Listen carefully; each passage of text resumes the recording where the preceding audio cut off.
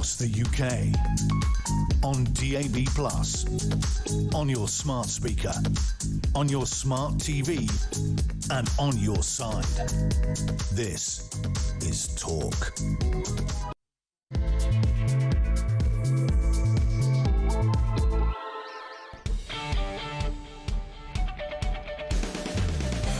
Very good morning to you. It's Thursday the 14th of May and I'm maintaining the belief on resignation watch that on day 3 of this unending drama it's finally going to happen. The front of the Mail streeting to ignite Labour Day of anarchy. My God, we're calling it Wesley Watch. It's not creatively brilliant, but I've come up with it. We have been through this saga for 3 whole days. Wes Streeting yesterday walked into 10 Downing Street, came out with a face like a smack backside. His allies saying overnight that he will resign from the role in the cabinet as health secretary, and he will trigger a leadership contest. We've got Andy Burnham's allies saying he's got a seat. Yeah, but you've got to have an election. That's not going to happen. Rayner says I could be the unity candidate. Unity for what? Bringing all the ginger people. I've no idea what's happening there.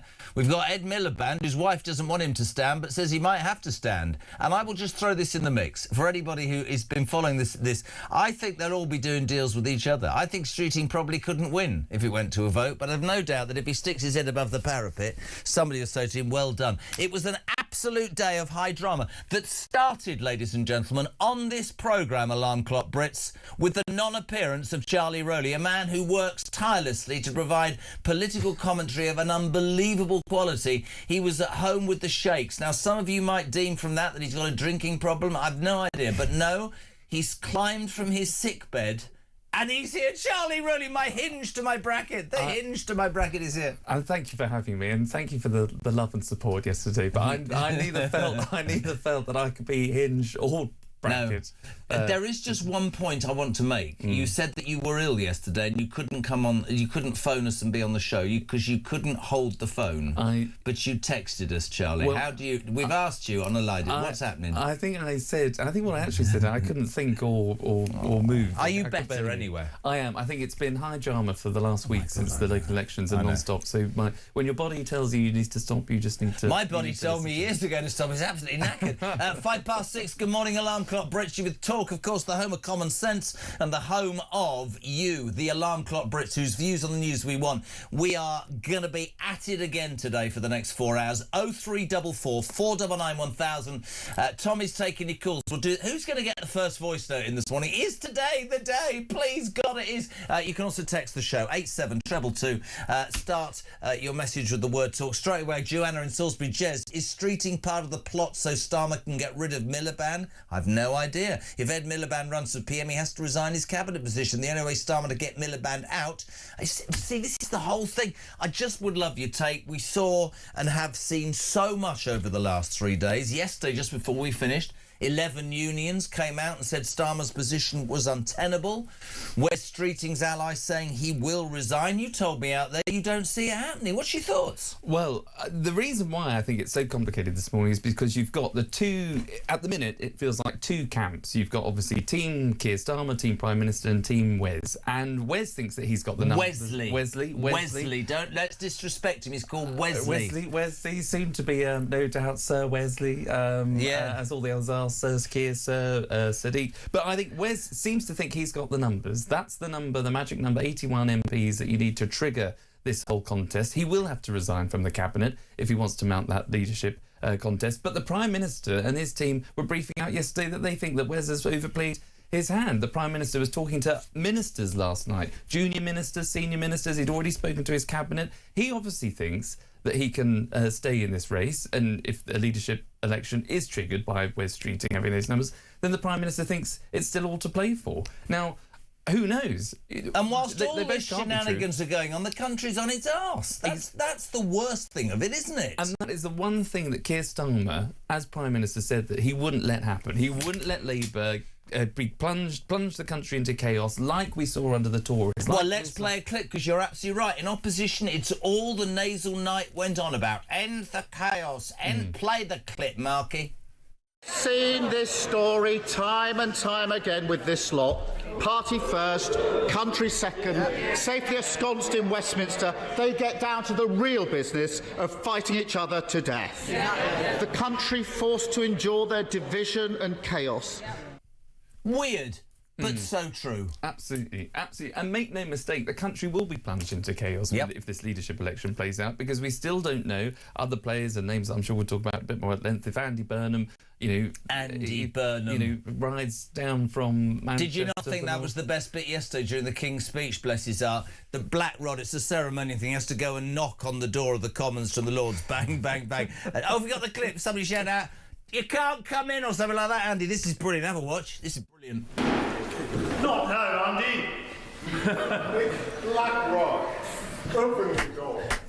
That is fantastic, isn't it? But Burnham, the self-styled King of Manchester. I don't see. The other thing is, would he win a seat? Well, would he win a seat in a Manchester area, which now, after the local elections, did so well under reform? Which again we can go into, because why on earth, as part of the King's speech yesterday, some of the bills that the Prime Minister was coming out with, which is ever closer ties or more closer ties to the EU. This is an area that people have rejected in nothing about defence, all about the EU, nationalised British Steel that they could have done within 5 minutes. It's extraordinary. Bills in Cheshire says Wesley, more like Weasley. Yeah, but I'm Team Weasley this morning because I want Starmer out, and he's the only way I see it. Tim in Winchester, I'm on Larry watch today. I think he'll definitely go. The other day, the only thing that was leaving number 10 was the cat. Amanda, good morning, Jez. Rhys Starmer hanging around. I find myself humming that old Wham song, "Wake me up before you go. For God's sake, man, get on with it." It's true, isn't it? Well, absolutely. But it is fascinating how this has all come about after so many days of briefing that this is going to happen. It now looks as though it is finally going to happen, but triggered by a man who, even if he does have the numbers, if Wes Streeting does have that magic number of 81 MPs to say to the Prime Minister today, these are the people that are backing Wes. So, Prime Minister, there's going to be a leadership election. Wes Streeting has a much more difficult path to actually win. I don't think the membership. I think he knows he won't win. You can laugh until, and I don't like Ed Miliband at all, but I very much suspect that something will happen whereby Wes Streeting will be acknowledged as the man that brought him down and be given a... I mean, you just don't know with these people. They're all in cahoots the whole time. We should tip our cap, and I mean this massively, to Kemi Badenoch yesterday. I thought it was the most extraordinary performance. She literally... I mean, even Starmer laughed at this. Quentin Letts in the Mail described it as filleting Wes Streeting. I mean, I'm going to play this clip. He looked like a naughty schoolboy that had been caught out. She's bloody good at PMQs at the moment. Just take a look at this, Pete. I suppose the Health Secretary has been a bit distracted lately, hasn't he? Yeah, hasn't he? You know, he's chuntering now. Why don't you just do your job? Do your job. Even worse, Mr. Speaker, is what isn't in the gracious speech. There's no point in him giving me dirty looks. We all know what he's been up to. You'll know. Even worse, Mr. Speaker. She was on fire yesterday. She attacked every woman on the front bench of the Labour Party and said, and they've all got the same haircuts. I mean, she was impressive performance. She was, and she had a lot to go on. Let's be honest, because the last few days, as you say, have just been total chaos. It's been total navel-gazing by the Labour Party. It's been a total sham by this government in order to get to the King's speech. I mean, Prime Minister limped on all throughout Tuesday, where we were told there was going to be a challenge. Nothing happened. People rallied around the Prime Minister. He's got through yesterday, but today seems to be the day that there's going to be someone's going to pull the trigger. Somebody's going to pull the trigger today. We're told. Morning, just I wonder what our monster raving Labour Party are going to serve up today. Whatever it be, it'll be laughable and embarrassing. Gary and Brecon, I couldn't agree more. Good morning, Liam. Good morning, Jeremy and Charlie. Glad you're feeling better, Charlie. I think today's going to be the day. He has to go. He's just got nowhere else to go. Do you agree with that? What do you think, peeps? Alarm clock. Brits, I know what you're doing. You're doing what you always do, bless you. You're up and at it. You're out of work. You're coming back from the night shift. You're trying to move your kids along. It's madness, isn't it? This is the point, Charlie, where people get angry. Because these people are trying to, are supposed to govern our country, legislate, bring in laws, make our lives better. And one of the things that's so obvious to me is that people are fed up with politicians just just showboating. And for him, I don't care what anybody says to me. Somebody said, oh, you keep going on about Starmer, because he made such a play, didn't he, in opposition about cronyism and jobs for the boys and I'll do it correctly. This man has put every single part of his own personal ambition in front of anything that's right or proper about this country. Do you want to know something really weird about this show today, right? And some of you will dip in and out. I've got 2 Labour MPs on this show who support Keir Starmer. I mean, how does that work? Well, let's hope that there are 2 that are actually on the list of names of people that actually do support the Prime Minister, because there was a list of about 100 MPs that were published where a few of them didn't quite know that they'd signed up to that letter. So that's why we still don't know. Who I'm loving the hand movements this morning. Who signed? Don't start. Morning, Pete. Good morning, Jez. Well, Starmer, still too arrogant to resign, the man is. I think they'll be there till well after the summer recess. You know, this man has such a problem, isn't he? He won't go. Everyone hates him. He knows everyone hates him. Yeah, it might give David Lammy a chance at running. Don't ruin my morning. How could anybody have David Lammy as the Prime Minister? Well, that would be extraordinary. And, Calamity Lammy. I would leave. Yeah. Which is probably what everybody wants, so there we go. Good morning, both. I can't help wondering why Wes bothered to go to number 10 just for 60 minutes. Why didn't he just send Starmer a text? You try saying that. That's from Rachel. That's a good point. Absolutely. The visual. Absolutely. The optics. The optics, the political optics. Wes is a serial communicator. He's probably the best that the Labour Party front Does that mean he only communicates when he's eating cereal? What did you mean by that? Over his frosties. You know, like a serial killer. You know, he's an operator. He knows how to play to the gallery and to the papers, and I think he thought maybe he knew that meeting, I think, wasn't going to last very long. No. He was going to go in, and by the way, everyone's pontificating about 17 minutes. It would have been a lot less than that, because you go into number 10, but you get seated outside for about 5 minutes until the Prime Minister will say, or someone will say, the Prime Minister will see you now. So their conversation was less than 17 minutes. It was probably about 5 to 10 minutes, where Wes probably would have said, right, I'm really sorry, I've got no faith in you. And the Prime Minister probably said, OK, well, what do you want me to do? Wes probably said, I think you should resign. The Prime Minister probably said, well, thank you very much, I'm not going to do that. And Wes probably said, thanks very much. But this is the thing about Starmer, right? Herein encapsulates why I have a massive problem with him, right? If that was me, I'd have gone, and on the way out, you are no longer my health secretary, because I demand loyalty, and whatever people are thinking of me, I'm going to show a bit of backbone. But what did number 10 say 20 minutes after? We've total faith in the health secretary. Yeah. And so you think to yourself, it really is all about his future. Andy, good morning. Morning, Jezza. It's Andy from Hull. Just a message from Charlie about ringing in sick. I have never, ever, ever rang in sick. Even after a big night out, I've always managed to get to work the next morning. That said, I did once put scaffolding outside the wrong house. So, yeah. I think you probably should have then took a day off. Yes. I'm not having people attack Charlie. He was very, very ill yesterday, weren't you? And he's climbed off his sick bed. He's got the misery of the fact that his brand new kitchen still isn't finished. He's had a leak. Where did you have a leak? You're desperately upset about the kitchen, in the kitchen. It wasn't a personal leak. 3 to 5 days. In fact, if that gentleman wants to come and fix my kitchen, although we don't require scaffolding. Did you have a recommended installer? I did. Did you? Do you want to talk about it? Should we name and shame? No. I don't think. I don't give a damn. The audience figures came in yesterday. We're flying. But I don't care what anybody says what. I was quoted 3 to 5 days. This is 3 weeks. So you were at home yesterday because you were. So you weren't ill. You were depressed about your kitchen. No. I think this is an add-on. So you've got no fridge. You haven't had any milk. I've had no washing machine. I've had no sink. I've had nothing. I wondered what the smell was. So you haven't been able to wash your clothes. I've got ample clothes. You've got pardon? What does that mean? I'm thinking ample amount of clothes. Oh right, okay. Large clothes. 0344 499 1000. Lee in Market Harbour. Good morning, Jeremy and Charlie. Did you see Lammy try to kneel in front of the King yesterday? He couldn't even get that right. Totally useless. Have a great show. Did you see him try and kneel? I did see that. Yes, yeah. And I sort of thought, well, everybody, God loves a try.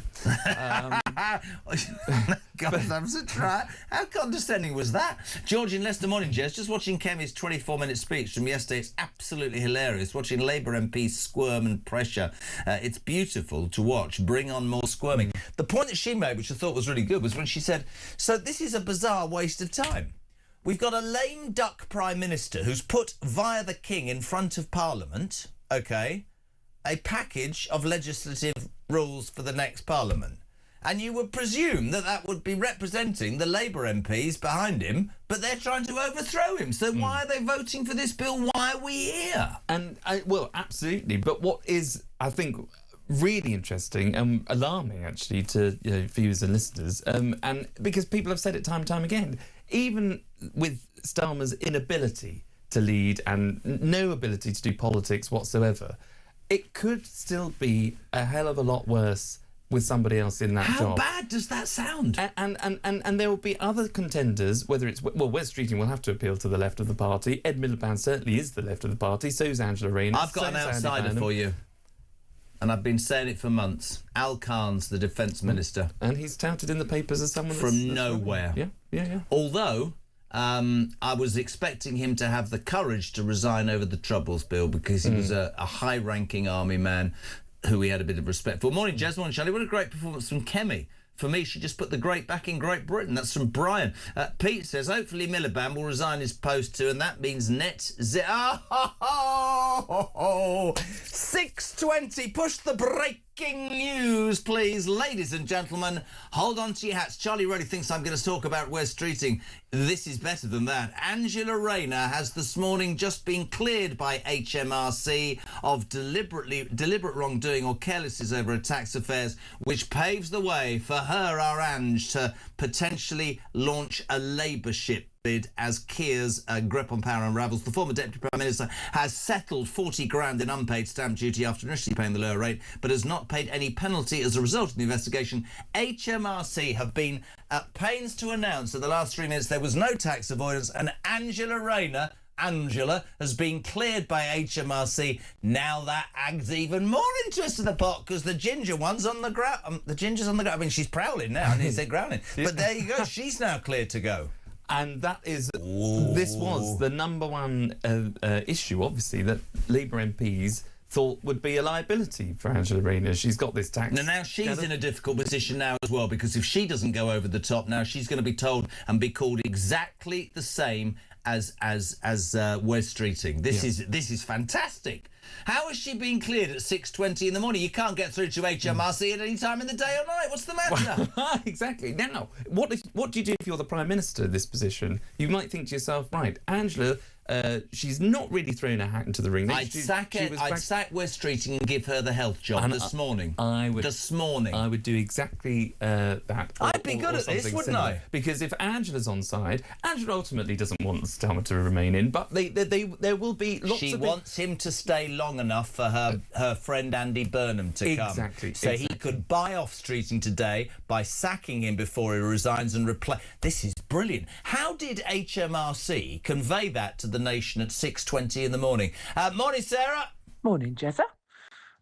Great start to the show, thank you. Headlines just popped up on my phone that Angela Rayner has been cleared of her tax dodging by HMRC. That's convenient, isn't it? Just at the time where Labour are falling apart and needing a new leader. Do they think we're stupid? That's me sorted for today. I'm on fire now. That's filled me up for the rest of the day. Oh, I'm so cross. I'm sick of this the way this is carrying on at the moment in this country. Anyway, have a good day. Bye. Extraordinary. I mean, the timing... We're not saying that HMRC in the pockets of the Labour Party. I would no way imply that. But it is quite difficult to get hold of HMRC, and the timing, as Sarah says, is quite interesting. Yeah, and I think whether there's been any... Well, look, I'm sure there would have been lots of conversations between Angela Rayner and HMRC. I'm sure she would have been saying to HMRC, can you please hurry up and just make a decision? And someone probably somewhere in HMRC, an arm's length body of the Treasury, has probably thought, right, if this is going to be a leadership election, we do need to settle this before... Otherwise, the last thing... anybody wants is for Angela to be cleared later down the line. So I think they just want to clear the decks, and now it's all over as in all eyes on the Labour Party. Simon in Durham, Starmer isn't going anywhere just yet, guys. I know everyone wants it to happen, but the reality is no matter who tries to oust and unseat him, he will doggedly remain, and I wouldn't be surprised if he didn't pull every lever and press every button so that he can stay in situ. We are dealing with someone who is dreadful, cunning and deceptive individual. I think that's a very true point. Yeah, no, I do. And I think, look, the Prime Minister's at a point now, I think, where... And you kind of sort of sensed it when he came out holding, his wife Victoria's hand on the way to the King's Speech. He'd obviously just met with Wes Streeting, a very brief meeting, where, as I say, Wes told him to probably leave, and Prime Minister said, no, I'm not doing that. So, you either stay in post, and I give you full confidence, or you resign, Wes, over to you. Ball's in your court. But I think the Prime Minister is now resigned to thinking, I want this job. I think I'm the best person to stay in this job. There's a process. He is a very process-driven man. We know that. Well, Angela Rayner will get 81 votes, let me tell you. And the Prime Minister... Well, and that might change things this morning. Yeah. But certainly as of last night, the Prime Minister was probably going to bed thinking, if they want to mount a challenge, let them mount a challenge. There's a process. They need to get the numbers, but I'm not going anywhere. I'll be part of that fight. And if the MPs and the members do want to get rid of me, that's when I'll go, but not a day before, because he probably... God, if you're just joining us on Talk Breakfast Home of Common Sense, we're waiting on Wesley Watch, and it's just come in that Angela Rayner has been cleared by HMRC of deliberate wrongdoing or carelessness over her taxpayers. She's settled the 40 grand. She's now in the clear. Did you work on any other station last night? Yes, I did. Yes. I mean, Sam in Barnsley says, Jez, you need to take him to task. He was well enough for another station last night. Well, it was to be... I mean, I didn't even know this. I feel cheated now. It was before coming here. It wasn't last night. Well, it was early hours of this morning, so before coming here. Okay, all right. Just feel a bit let down, to be honest. Well, only because I'm joking, I've had 24 hours. They're on you. Sam in Barnsley. He was well enough for that other station last night. Where's his loyalty? I've had 24 hours in bed. I know you have, I heard. Jezza and Charlie, Phil in Coventry. Kemi was on fire yesterday. Best I've seen. A massive problem this morning, though. I've run out of popcorn. I mean, it's fascinating, all this, isn't it? Well, it is. And she will have to position herself, just as she did yesterday, to say that, look, this is complete Labour infighting. You will now have... Can you imagine where Angela Rayner obviously mounts a bid this morning? I'd love her to enter that. I don't care what anybody says. I just think she's absolute box office. Well, and her... I'm barking mad, but box office. But bear in mind also, she did categorically rule out, even before the tax affairs issue, when she was Deputy Prime Minister, she ruled out ever wanting to run. So she could do a deal with Ed Miliband, for example. She could say, Ed, I'll be your Chancellor. You see, they're all in it. So, this is how people get jobs in television and radio studios. They run around saying, oh, if I do that and you do that and I do that. But we could possibly see now that if one person obviously comes out with... They'll all come out. And that could include... Yvette Cooper might fancy her chances. Yvette Cooper? Darren Jones. The Prime Minister, all these Darren names. Jones is deranged. The boats are full of ladies and children. Yeah, you need to wake up and smell the coffee. Yvette Cooper... The most ineffectual... Oh, my God, don't start me on her. John Healey is another name that was touted not so long ago. Yeah, not very good at moving boats too quickly, is he? But all of these names, I know they've not been front, but they could be the ones that sort of come through to say, look, you've heard about all these other candidates for far too long. That's Labour infighting. I can be the unity candidate. All right, I'm going to put you on the spot before we go to a break. Charlie Rowley on fire this morning. Who's going to be the next leader of the Labour Party and thus Prime Minister of the United Kingdom? Go on, whenever. Whenever it happens, who is it? I still got a feeling it's Ed Miliband. Oh, God, I've got a little bit sick in my mouth. 0344 499 1000. It is Thursday morning. We're on Wesley Watch, but just broken the news that Rayner has been rescued. She's been cleared of any deliberate wrongdoing by the HMRC. She's now able to mount a challenge. It's tragic Thursday. This is brilliant, though, isn't it? What a terrible thing to say, but the country's, in dire need, and this lot are just doing whatever. Jimmy on Rayner, good morning. Morning, Jezza and Charlie. It's Jimmy from Hull here. Just heard your breaking news regarding Angela Rayner being cleared by the HMRC. Let's just say, in my opinion, is it a case of better the devil you know with regards to Keir Starmer? I know we all dislike him, but if Angela Rayner was to mount a leadership challenge and gets in, ultimately, I think we're all doomed. Keep up the good work.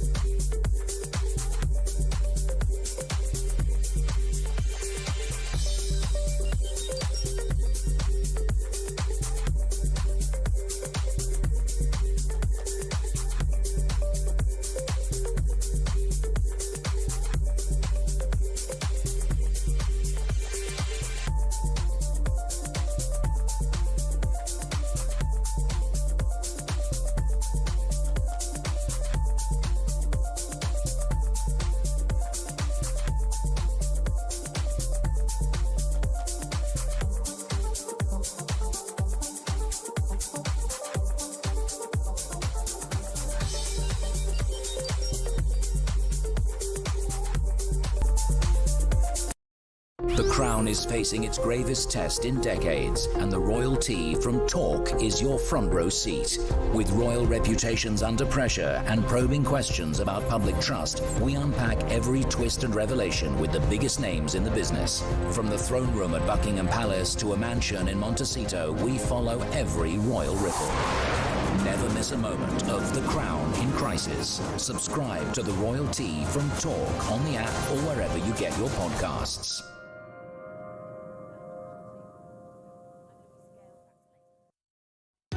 Across the UK, on DAB+, on your smart speaker, on your smart TV, and on your side. This is Talk. Welcome back to 6:30. If you are waking up, Talk Breakfast is on, the home of common sense and the home of alarm clock Brits like you. Please have your stay. 0344 499 1000. Text to 87222. So we are on Wesley Watch. Streeting due to resign this morning and kickstart this country and the Labour Party into sort of chaos. But in the last 5 minutes, if you haven't heard the news, Angela Rayner has been cleared by HMRC. Suddenly at 6:20 in the morning, of deliberate wrongdoing or carelessness over her tax affairs, paving the way for a potential leadership bid. She settled a 40 grand unpaid stamp duty bill. And I have to say, I'm sort of with Sean from Bridlington, who says, now try telling me that the civil service isn't biased and left-wing. All of a sudden, today of all days, the morning that Streeting's supposed to resign, HMRC clear Rayner. How barefaced can they be? It makes you think, doesn't it? It does make you think. Because now the connotations... I'd love you to tell the audience, because I think, Charlie, you know what I think of Charlie, I love the bones of you. What you just said, some people would go, what? About Burnham? It could make sense. Tell them what you just said to me off air. Well, there's an element of, look, the Prime Minister, very keen not to leave, or certainly to be forced out, and he did visit Manchester recently. He did a joint visit with Andy Burnham and Angela Rayner there. They saw the picture of them at that primary school, I think it was. So they're having conversations in the margins, and I would not put it past the Prime Minister, who might have, as some reports suggested, had come to the conclusion that he should resign earlier this week, but has backtracked on that because of all the counter-briefing, and he basically thinks, well, you know, look, I'm just going to carry on. But there might have been a conversation with Burnham to say, look, we will get you a seat in Parliament. It was wrong for me to block you the first time. I'm sorry about that. So when there's a by-election, you will come in. But I'm going to go on my own terms. Maybe later this year, I'll announce it in the summer. It gets us through to party conference where I can have a big goodbye to the party, having been leader of the opposition for 5 years, having been Brexit, shadow Brexit secretary in all of those years under Corbyn. You know, you will be an MP, you will be the natural successor because your name is topping the bill left, right and centre. So let's just do a deal. And all of Burnham's men and women and votes will go towards Starmer today to keep him in post, and let Andy come in as an MP later on in the summer, later on in the year, and take over then. You see, that's the point of all of this. Nobody knows. I'll tell you what I've got. This has only just come out. Rayner, late last night, did an interview with ITV Politics. Really? Wow. And The Guardian. There's a surprise. And they didn't announce it last night. They've announced it this morning on the day that Streeting was prepared to put his head above the parapet. Here we go. Have a watch. Have a listen. Can you just tell me what the decision was from HMRC as you understand it? Well, I welcome HMRC's conclusion and they've said that there wasn't any wrongdoing and that I didn't try to avoid paying tax or I wasn't careless in the way in which I conducted myself. At the time when I was in government and this came to my attention that there could have been tax owed, I was really shocked about that because I'd taken advice and I've never wanted to avoid paying my tax. And for me, that was the most distressing thing, is that people felt that I was tax dodging or trying to set up trusts to avoid tax or being careless by not taking the appropriate advice. And HMRC have concluded that isn't the case. You know, when you watch a politician, right, and they really want to smile and hang flags above their heads, but they're actually not going to do that? She's one happy lady. You could just see that dripping out, couldn't you? Yes, and she would have probably been better just to say, oh, Paul, I'm so Paul, relieved it's a bit like you over. were done. Oh, Paul, it's been a wonderful night, but you need to leave now. But she could have been more authentic rather than trying to compete. Mate, and she could say anybody who's not invested in this whole thing. This is now what happens. Now we've got Wes Streeting, who's got to show his hand, otherwise he's a dud. We've got Miliband, whose wife doesn't want him to stand, thinking, should I jump into the fray? We've got Angela Rayner cleared literally 20 minutes ago by HMRC. Kevin, good morning. Morning, Jeremy. Kevin in Sheffield. It's slightly immaterial who's going to be next Prime Minister. Wes Streeting, it doesn't appeal to anybody really, but he's the younger Keir Starmer. All the rest of the ragbag tag, Angela Rayner, Ed Miliband, Andy Burnham, etc., etc. Surely the markets will have a meltdown if any of these get anywhere near being Prime Minister. So, unfortunately, it's going to be terrible for us, the general public. But I'm afraid the money men will definitely call time on this government if any of those three become Prime Minister. Actually, Christian's just said something that's brilliant. Absolutely. We've had a text message that says there is another option, of course, guys. Angela was cleared a few weeks ago and she's just released it today because this didn't come from HMRC. She's released it today for maximum effect. Wow. Yeah, absolutely. And I thought show business was like a sea of vipers. This is unbelievable. Talk, how the hell can she come out at 6:20 and say Rayner's been cleared? Well, maybe she sat on it.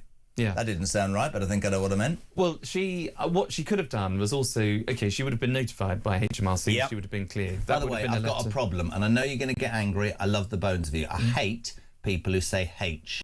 It's H. Oh, yes. We've had she this did that. conversation. HMRC have let me off, or they've found no wrongdoing. HMRC. Nobody's perfect, Jeremy. You are, though, but H. Let's speak the Queen's English. HMRC. Yes. You're absolutely right. H. Would have written to her privately to say, look, this is a decision. Now, at some stage, there would have been a conversation with Angela and HMRC because someone somewhere in the press office of any newspaper press office would be wanting to call them up and say, has a decision been made, and they can't say no, but that would have to be anyway. The crux of it is, and Angela probably would have said to HMRC, I need to control this announcement because of my family. Because of my kids who came under so much scrutiny the last time round when it came to the trust and those. And HMRC probably said, yeah, absolutely, we'll work with you when you think that you can announce it. And she's obviously decided, well, we're doing it now. We're doing it now. Really interesting. And she's run to ITV to give an interview. 25 to 7. So on the day we're on Wesley Watch, Rayner rescued. It's just been announced she has been let off, not let off. No wrongdoing has been found. That she settled the 40 grand in unpaid stamp duty after initially paying the lower rate. Massive, massive news. Jezza and Chaz. You've lost weight, it says here. Well, that's very kind, but I actually think I've put on weight, but that's very kind. The reason he's lost weight, he's got no food in his kitchen because there is no kitchen. There is no kitchen. And thank you, Mark, for that line. How the hell is Rayner cleared at 6:30? The office isn't bloody open. If that was us dodging 40 grand, we'd be in jail, says Nathan in Perth. Well, there you go. Ottery St Mary, do you know where that is? It's just by Yeovil. A beautiful, beautiful part of the country. Mike Williams, Ottery St Mary down there, Southwest, yes. Well done. With regard to Ange being cleared by HMRC, how many other people accused of the same offence in the last 2 years have been cleared so quickly? I'm asking for a friend. Yes. Mark in Stratford. Morning, Jez and Charlie. How convenient for Angela Rayner. Also, Rial Khan's. He abstained from the vote around prosecuting people in the armed forces. Bit strange for an ex-Marine. I think that's a really good point. Rachel, good morning, gang. In response to that breaking news, I reckon there will be a pact between Rayner and Streeting. Streeting might get the support of the left if he throws his lot in with her. I'll go further. I think she will go to Starmer today and say, I will protect you, sack Streeting, get me back in government, move the hapless calamity, don't put him in charge of health, can you imagine? And then we'll wait for the anointing of Andy Burnham in the summer. That's what you think as well, don't you? I think, Matt. Yeah, I do. I think but now anything can happen. If Angela actually wants it herself, Can you imagine her as Prime Minister? Yeah. Right, I'm at G7, I'm having a great time. Food's been great here in Davos. You buggers can listen to... I don't know why I've done that accent. But yeah, well, it's... HMRC have let me off. HMRC. Thank you very much. But what is so telling, and what is... The reason why we're getting exciting about this, I know it's people that your brilliant callers have already pointed out, it's 6:30 in the morning. How on earth could HMRC know about this? This is politics. Yeah. At least she knows how to sort of play the game to maximise impact, to re-announce herself back into the contest and on the scene. She's right in the frame now. Starmer wouldn't have any idea how to play this sort of... JK and the lovely Charlie, our Ange, will be the next PM. Then she gets her car for life. Then when her friend Andy gets a seat, she'll step down. Interesting talk. Jez, and so glad you're better, Charlie, says Margaret. Oh, my goodness, Angela Rayner, can you imagine PMQs? Kemi versus our Ange, bring it on, it'd be fantastic. Can you imagine Badenoch and Rayner? Well, that'd be popcorn. Let's also make a point that's worth noting. The Labour Party is and describes itself as the most progressive, diverse, exclusive, inclusive, whatever. They've never had a female leader. Every other party's had a female leader, haven't they? They have, yes, yeah. And now, that would be one of Angela's arguments. Bring it on, sure. Ange. I mean, I'd vote for Ange today. if I could get rid of the nasal note, I'd vote for Ange. She likes a posh boy, doesn't she? Sue from Essex, JK and the beautiful Charlie. You're getting sympathy now. Welcome to the world of Stranger Things. If this was a film script, it would get thrown out for being utterly ridiculous. Joe, Jez, Charlie, odds-on favourite Ed Miliband. Get the candles in. You lot are on it this morning. If Yvette Cooper was PM, to me that would be a complete balls up. Do you see what the person did there? I did. Because she's Mrs. Balls. Dan, what? Morning, JK and Charlie. I don't know whether I'm watching a government or an episode of Traitors. I bet all this fiasco, the silly Labour members vote for Starmer anyway, and we'll be right back where we started. No, I don't think the members will vote for him. I don't. When those unions came out yesterday and said, no, hold on a minute, 11 of them said he's not right. Yeah, no, I think for the Prime Minister, if it goes to the membership, he is toast. Clayton in Dartford, Stamani is the Millwall of politics. Everybody hates him. He doesn't care. Let's go with the football analogy, because as we head to this break, you came up with a theory that some people would think is mad, but I actually laughed my head off. Well, I think given that the Prime Minister is so determined to hang on, you've got to have reasons to hang on. Yeah, listen to this, peeps. And I think one of the reasons, as the Prime Minister was so delighted to tell us yesterday, that he is a gooner. He's a massive Arsenal fan, like you. And like me. And I think he will want to go to Budapest at the end of the month to see Arsenal in the Champions League final as Prime Minister. Why? Well, because he gets a private jet. There he can go on Eurostar. How are you going? I haven't actually got a ticket. I'm waiting for probably friends down the corridor. Not that I've got any. At Talk Sport. Okay, let's just start this. We need to get Charlie Rowley to the European Cup final, don't we? Let's see if we can get you a ticket. If you come along. I'm not watching such a team. I'm in my own battle with West Ham. You can shove it where the sun don't shine. Would you go on a private jet with Keir Starmer? I would, yes. Yeah, you would. If he phoned you up this morning and said, please come to Budapest and be my chief badge, you take that job, wouldn't you? You shallow human being. I'll carry your bags, Summer. So everything you believe in has gone out of the window. That, my friends, is politics. Wayne, good morning. Morning, Jessa. It's Wayne from Erdington in Birmingham, mates. Today might be the day that we get to know if that little weedy man's moving. Morning, Mr. Rowley. Keep up the good work, guys.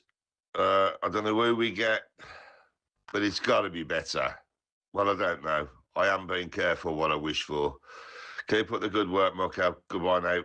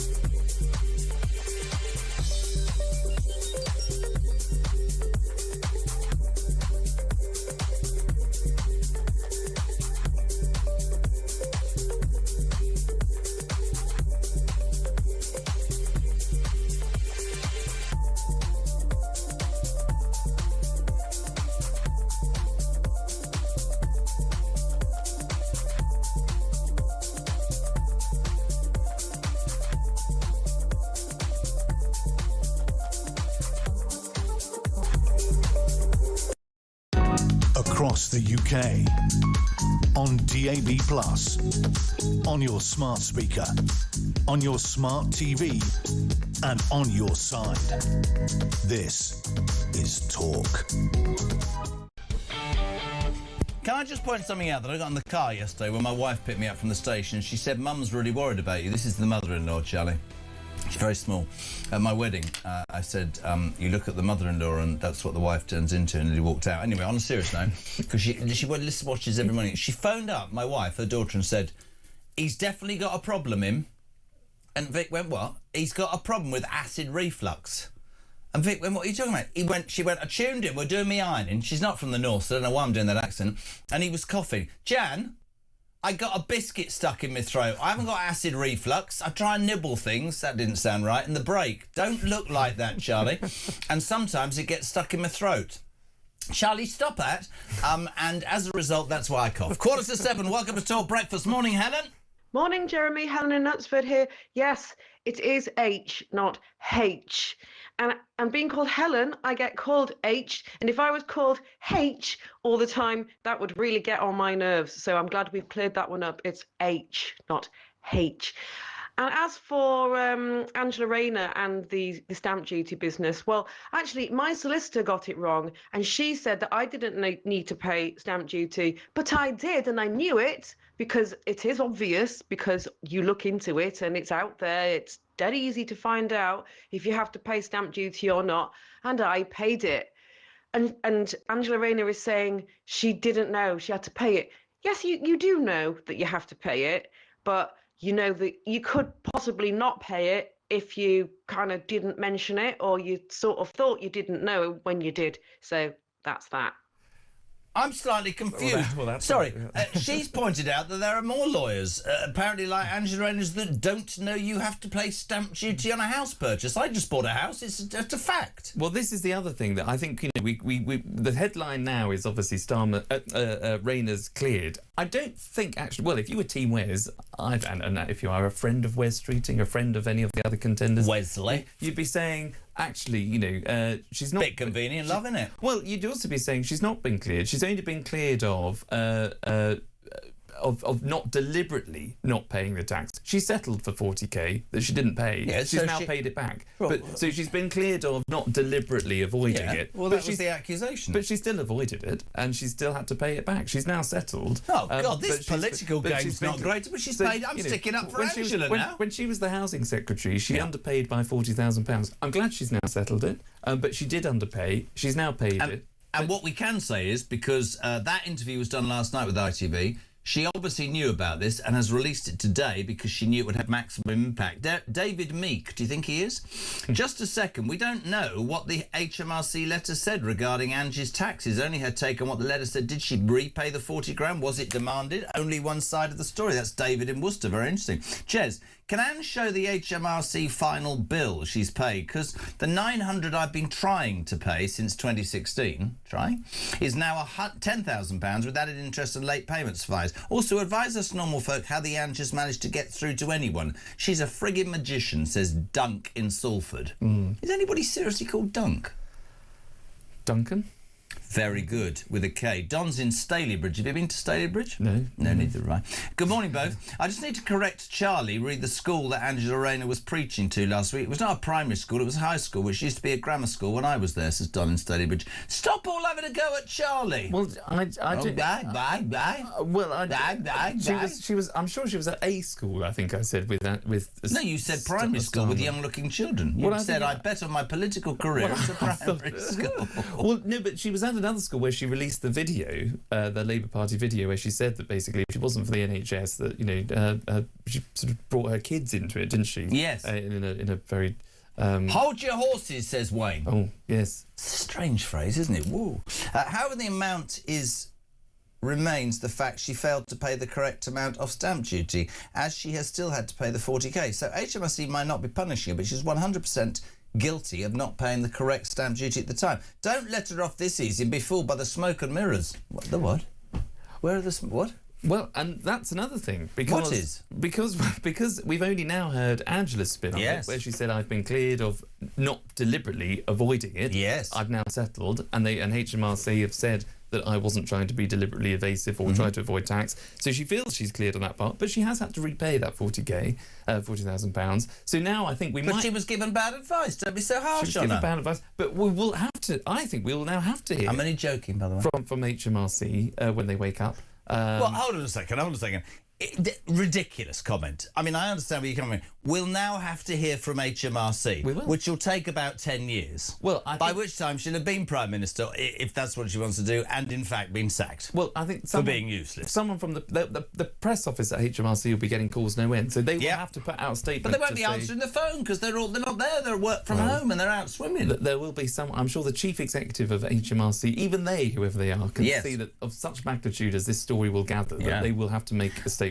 This is interesting. I've been asking people because it's a bit celebratory. Julian says if Starmer goes by the weekend, we're having a celebratory Starmer queue. It's like a barbecue. It's a street party. We're hoping for change, so we'll look forward to that. A street party. A Starmer queue. And a what? And a street party. What did I say? No, that's right. That's streeting. Don't you start... No, streeting, as in street party. See, you're a humorous man. You are, aren't you? What do you think of HMRC? Terrible. They are the. What are they called? They are terrible. No. What's the? How do you say their name? HMRC. Oh, so I just HMRC. One, I think they are one of the worst performing. You can't get through to them. The whole thing's a joke. I feel sorry for people that have got issues with HMRC. I really do. I will only say this, and I would never criticise people, but from a personal point of view, they tend to have the ability to chase you. And not ever speak to you when you want to pay anything, for example. Morning, Steve. Morning, Jez. Steve from Manchester. Great show as usual. Nice to see Charlie's not got the shakes and the shivers anymore and he's not dying. I'll take it back then. I haven't got Charlie Rolly-itis anymore. Anyway, great show, mate. See you later. Your face, they're on it, aren't they? I didn't quite understand. Well, yesterday he decided that because you had the shakes, he didn't go to work. He said he got Charlie-itis. Oh, well. But he said he's still got Charlie-itis and you seem to be back at work, which means he's got to go back to work. Don't you listen, man? What's going on with you? In this job, you take one day off, someone will be swooping in, so I've got to, power on through. Always. Nobody would sweep into your place, Hinge. Claire in Worcestershire, nobody's thought of this. This is genius. Surely now she'll have to pay back the exit payment the minute she goes back to government. That's an interesting question. She got like 17 or 18 grand, which helps you when you're fired. Does anybody get 18 grand for being fired? Does she get to keep that if she goes back into government within a few months? That's a very good question. In fact, by being sacked for not paying her stamp duty, the government, in fact, the taxpayer, will have ended up paying half of her bill. And now she's back in the cabinet. Yep. That's a really interesting point. I think it is, actually, because I do think you have to, even as a special advisor, Is that what you were? Vaguely, I was. That was my title, but... Who were you a special advisor for? I never felt special. No. Or gave, you are special, but not in advice. that sort of way. Who were you special advisor to? I was Michael Gove for 3 years. Anybody else? From 2019 to 2022, and I was political advisor to Theresa May. Who? From 2017 to 2019. Sorry? So it's all my fault. So you were responsible for that ridiculous woman getting rid of all the police on the streets, were you? I wasn't with her when she was Home Secretary. Could she dance well? She was awful at dancing, wasn't she? She wasn't the best, but I think she acknowledges that. And what was the best bit of advice you gave Theresa May? It's over. I did. I offered her a cup of tea once. Did you? I did. Did she know who you were, or did she? She did. Well, we go through the same routine most mornings, and I would say good morning. So you were a tea boy, basically. Good morning, Prime Minister. Good morning, Prime Minister. Make a tea. I had actually a very good job with Theresa May. I was effectively her weekend. A weekend squeeze. You were a weekend squeeze. I'm loving this. And we would travel to Maidenhead on Thursday, Friday, and spend the weekend together. Did you be in her house? I'd see her close and personal. Really? I think I saw her more closely than most people in. What was she like? She was. I liked her. I think she didn't show all of her character to the world, the media. See what you're saying in my ear. She was. She kept in touch with you? No. She had. We've met. Oh, have you? Yes, yeah. Is she bitter and twisted? No, You No? know, she. So you could be described as Charlie Rowley, something for the weekend, Governor. Used to go to the barbers in the old days and go, I like something for the weekend. I think you know what I'm talking about. So Charlie Rowley, you are in fact a human contraceptive, is what we're talking about. So Theresa May, and then you worked for Gove. Who was better? Who was more politically astute? Surely Michael. Yeah, I mean, look, Michael didn't need much advice at all. He was a joy to work for. I did a lot more work, it felt, for Theresa because she was useless. She was in a tougher position and therefore needed, I think, more support. So Theresa May and Michael Gove, I mean, two massive names. Why did you end up on the political scrap heap then? Boris sacked Michael on Boris's last day, and as a team of advisors, you have to leave with your boss. So when he sacked him, did Michael expect to get back into the next cabinet? He didn't, because it was then Liz Truss, and I think they were Boris. Michael was a fan of Rishi Sunak. So when you had the leadership contest between Liz Truss and Rishi, where at the time Rishi Sunak had more MP backers than Liz, but Liz won on the membership. Therefore, it was always difficult for Liz when she came in as Prime Minister, because she didn't have the parliamentary party behind her to get through legislation. You could find yourself in a situation where actually Wes might have, let's see, by the end of the day, he might actually have the MP backers. They might recognise that actually he's the better communicator. But if it goes to the membership, well, the membership will elect somebody on the soft left. So therefore, you know... It's fascinating. I tell you what, it's utterly fascinating. Dan, good morning. Morning, Jezza. It's Dan from Kent. Yesterday, as Keir Starmer gave his nasal whining speech, there's a clip going around with Harry Gardner sitting behind him with a book on his lap titled The Fraud. This is all about Morgan McSweeney, Keir Starmer and the rise of New Labour. It just sums up Keir Starmer's premiership in the last 2 years and his ultimate trolling from Gary Gardner. Great show. Thank you very much indeed. A minute ago, Charlie, honestly, thank you so much. Jezza and Charlie. Charlie, I'm not surprised you felt poorly, what with having to put up with that Jeremy every morning from Angela, with red hair and a purr. What does that mean? Is that Anna Cat? What does that mean? I don't know. Angela Rayner. Angela, is that... Angela. No, is it Angela Rayner? No way. That would be exciting.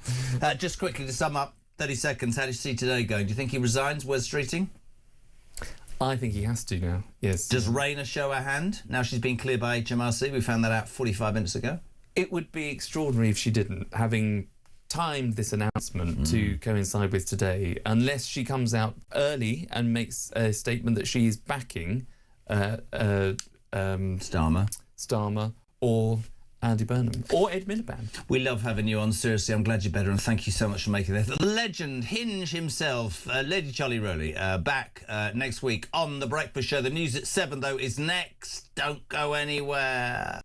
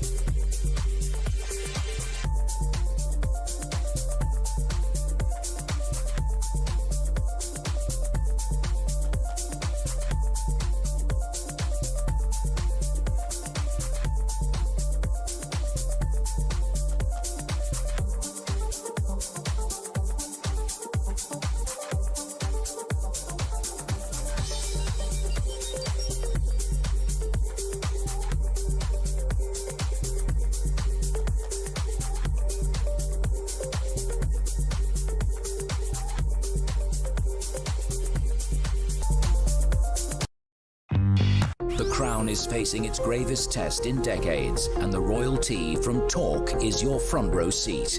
With royal reputations under pressure and probing questions about public trust, we unpack every twist and revelation with the biggest names in the business. From the throne room at Buckingham Palace to a mansion in Montecito, we follow every royal ripple. Never miss a moment of The Crown in crisis. Subscribe to The Royalty from Talk on the app or wherever you get your podcasts.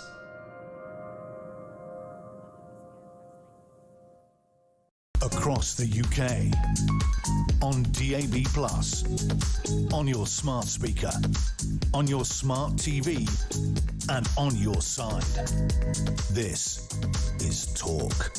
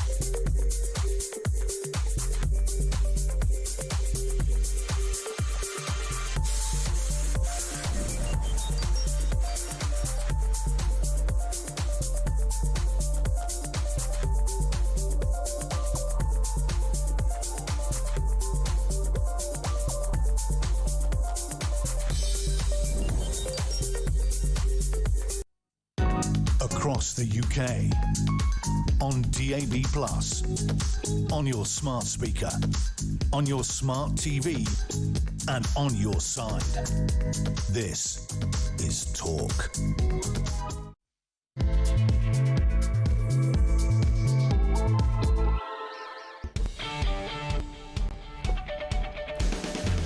Hey, very good morning. Welcome back or welcome along. It's just gone 7 o'clock. You're with, of course, the home of common sense. You would talk. It's the home of the alarm clock. Brett, your reactions, your views on the news of the day, always welcome. 0344 499 1000. You text to 87222. What are you waking up to? Well, when we came here at 6 o'clock, we were expecting Wesley Watch, resignation watch for Wes Streeting. He went, of course, to Downing Street yesterday, a terse 16-minute meeting, we were told, with the Prime Minister. A standoff due to the King's speech, but we are told by his allies he could resign in hours and trigger a day of anarchy. That was happening. That was everybody was saying that. Everybody was positioning themselves. Would he get enough numbers? Was he done a deal? What's going to happen to Burnham and Miliband? And lo and behold, at 6:20, this interview, let's just play the original one. We suddenly find out that Angela Rayner has sensationally been cleared by HMRC of deliberate wrongdoing or carelessness, has repaid the 40 grand. Now she's in the game. This was just released. Can you just tell me what the decision was from HMRC as you understand it? Well, I welcome HMRC's conclusion and they've said that there wasn't any wrongdoing and that I didn't try to avoid paying tax or I wasn't careless in the way in which I conducted myself. At the time when I was in government and this came to my attention that there could have been tax owed, I was really shocked about that because I'd taken advice and I've never wanted to avoid paying my tax. And for me, that was the most distressing thing, is that people felt that I was tax dodging or trying to set up trusts to avoid tax or being careless by not taking the appropriate advice. And HMRC have concluded that isn't the case. She looks very contrite, doesn't she? Many of you saying, well, hold on a second, that's a bit convenient. We don't believe that HMRC made that decision at 6:20 in the morning, presumably some days or weeks ago, and she's held it back for maximum effect, because today, if Streeting on the right is going to resign as Health Secretary and trigger an election, somebody on the left presumably needs to stand up to it. And Burnham, you know, the self-styled Messiah of Manchester, he hasn't even got a seat. That interview went further. They then asked her if she wants to be Prime Minister. Come on, Ange. Would you like to lead that team? Would you want to be Prime Minister? I want to deliver as part of the team. And I've always said that it is a team effort. It's not one person. It's not a presidential situation. We all have to pull together to deliver that. But would you want to lead the team? Because the team does have to have a leader. Would you want to be leader? We do have to have a leader, and we've got a leader, and I'm not going to go into hypotheticals, but... So you're not ruling out potentially taking over as leader? But I have said that we have to do better, and we have to drive forward that change. I did that in government. I was very successful. I brought in the Employment Rights Act. They said we couldn't do it in 100 days. We did. We had our detractors from it, and we still delivered it. We're talking in the abstract, though, really, aren't we? We're not getting to the nub of what's really going on right now in the Labour Party, which is that you're split down the middle. Some people say the Prime Minister should go. Some say he should stay. You're not really telling me what you think. No, what's happening in the Labour Party at the moment is we've just had a severe beating off the electorate, and our ministers, our cabinet members, our Prime Minister and our members and our voters are saying things have to change. And some people say change the leader. Well, some people are saying that. But what I'm saying is the delivery of what we promised the electorate is the most important thing that we need to be concentrating on at the moment. So no leadership challenge? I want us to pull together. Wow, 6 minutes past 7. Let's go straight to the main man, former government special advisor, my mate James Price. Good morning. Head in hands on that. Look at his face. Look at the phone. I mean, can you imagine, mate? I mean, good morning to everybody. Can you imagine Prime Minister Rayner? I mean, it's just, have we not been through enough of a century of humiliation for Great Britain already? It would be appalling for the country, but by Christ, it would make this job so much easier. It'd be brilliant, wouldn't it? Listen, we could just phone it in every day. Just so much, and the beauty for me is, right, and actually the listeners was loving it, is I've never understood or known such shenanigans went on. So this morning we all came in thinking, Wesley watch, Wesley's going to resign. Has he got the numbers? Has he in fact done a deal with somebody like Miliband? I'll stand up and get shot down. You come in, I'll be your Chancellor. Then there's the Burnham thing. I don't get that at all. Some people are exploring the theory that he and Starmer are in cahoots. Starmer's ready to go and wants to wait till the summer so it's orderly and lovely, and then Andy Burnham came. But now HMRC, Angela Rayner, she didn't rule out standing, did she there? And if Streeting puts his head above the parapet today, she'll probably do the same. Yeah, I mean, I give her one thing and one thing only. She has a reasonably high level of low cunning to hold this announcement back to the best opportunity. But that's about all she's got going for her, right? I'm not trying to be mean, but she said there, let's take her on her own record. She was very successful in government. Her main job in government was to try and get some houses to be built. Labour had a target of 1.5 million houses to build over the course of the Parliament. They built maybe 200,000, something like that. I'm not quite sure how that's going to stay on target for the next few years. So she failed there. I think, in fact, the only person she managed to house successfully was herself over many different properties in her burgeoning portfolio. But apparently she's been cleared of any wrongdoing there. And then the other thing she's managed to do, she mentioned there was the Employment Rights Bill, which if you talk to anybody with even, let's say, a quarter of a brain, let alone half of one, will tell you how unbelievably damaging that's going to be for business up and down this country. And already you've got a Labour Party who clearly don't understand business, because Rachel Reeves, the Chancellor, is the only person in that whole cabinet who's ever had a job in the private sector, and she lied about how much that wasn't her CV, by the way. So they haven't got a Scooby how any of this stuff works. You've got Labour MPs saying, well, the bond markets are just going to have to get in line with us. Well, not if you keep borrowing from them, they won't, because, you know, as Margaret Thatcher once said, to borrow and to borrow and to borrow is not Macbeth with a heavy cold, it's Labour Party policy. I just think these people are all totally abject. I mean, it's just a bad joke, isn't it, that any one of these people could be Prime Minister? Oh, listen, I couldn't agree more, but I'm just loving the fact that these people cannot remember what they said. Yesterday we had Starmer on saying, this man has lied. He's holding the country to ransom. It's all about his career. There's going to be chaos. Go, man, go. This was Angela Rayner a year ago. You've seen what she said last night to ITN. This was her a year ago when asked if she wanted to be Prime Minister. Have a listen, peeps. Absolutely not. And I don't want to be leader of the Labour Party. I'm very happy and honoured to do the job. What kind of politician are you? You don't want to be leader of your party? No, I'm very happy and honoured and to be Deputy Prime Minister of this country. And I've got a lot in my in tray to prove that I can do the job that I'm doing and deliver on the milestones for the people of this country. That's what I'm interested in, Trevor. You know this is being recorded, don't you? Because actually, that means one day, if you do, somebody's going to play it back to you. Absolutely. I'll be happy for you to play it back to me. I have no desire to go for the leadership of the Labour Party. My desire is to deliver for the people of this country who have given me opportunities beyond what I could have dreamed of. Yes. We might be playing that then, James. That's an interesting clip. Well done, Christian. That's brilliant, isn't it? Fantastic. I mean, what's the old joke? How do you know a politician is lying? Their lips are moving. I mean, these people, honestly, I think, honestly, the best outcome we could have is that they all manage this sort of circular firing squad of, you know, blanks, and that Starmer ends up just limping on. Well, this is really interesting because Mike says, Jez and James, I don't know how I can bring myself to say this, but I've come to the conclusion that Starmer is really the best of an appalling breed. Now I'm going to go and slap myself repeatedly. Isn't this country in a mess? I mean, there you go. I mean, the lack of talent on that front bench, we're talking... OK, Wes Streeting, let's strip this down, because you're an intelligent man. Wes Streeting... I mean, listen, a great communicator. The optics are always good, and I think he's had quite a meteoric rise. Let's not forget his parliamentary majority is just north of 600. He's in danger of losing Ilford North. But this man became Health Secretary, and within 3 weeks had sorted out the junior doctors' strike by giving them 28%, which caused many people to go, whoa! And then we find out within that deal there were no conditions which have stopped them coming back 12 months later. That, to me, doesn't smack of somebody who absolutely gets it, but I could be wrong.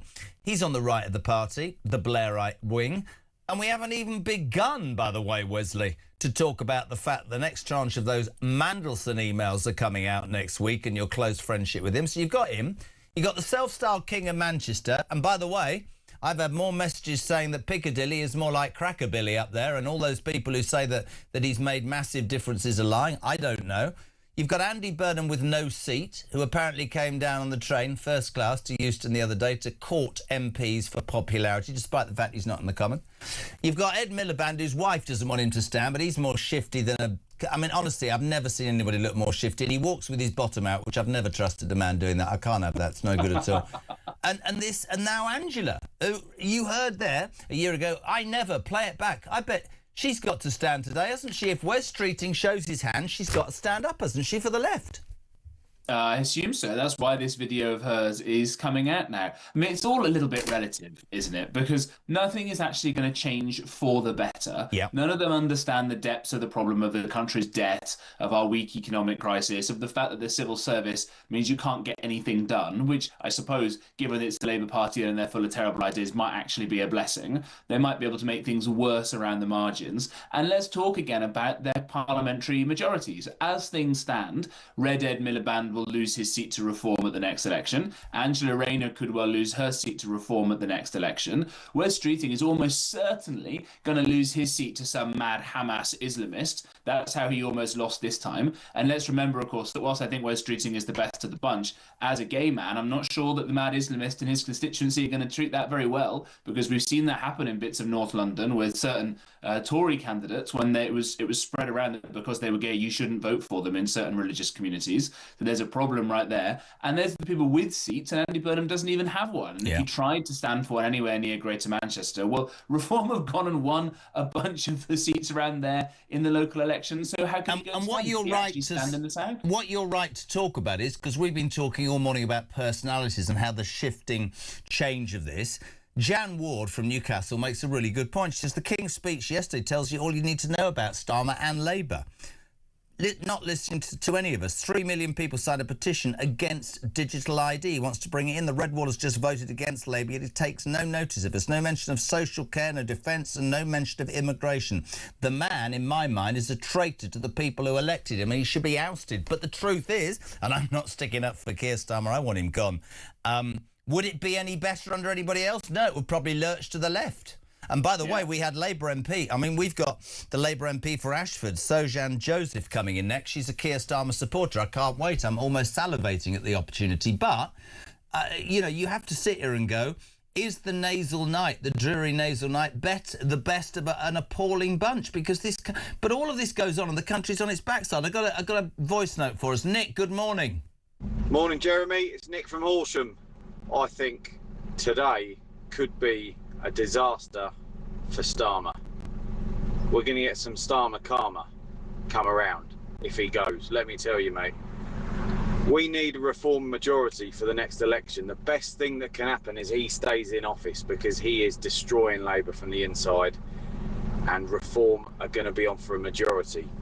Worst thing that can happen is they get a new leader, gain some sort of popularity from the left, and it all goes Pete Tong. I hope Starmer stays in personally. I'll put up with it for another 3 years if we've got glory ahead of us. Cheers, mate. Interesting that, Jay, because I want to bring it away from Reform a minute and talk about what I thought was the political performance of her lifetime, and I haven't seen a performance like that for a long time, and it reinforced with me yesterday that Kemi Badenoch is the right person to lead the Tories, but sadly at the wrong time. Did you see her take on Starmer, but more specifically Streeting yesterday?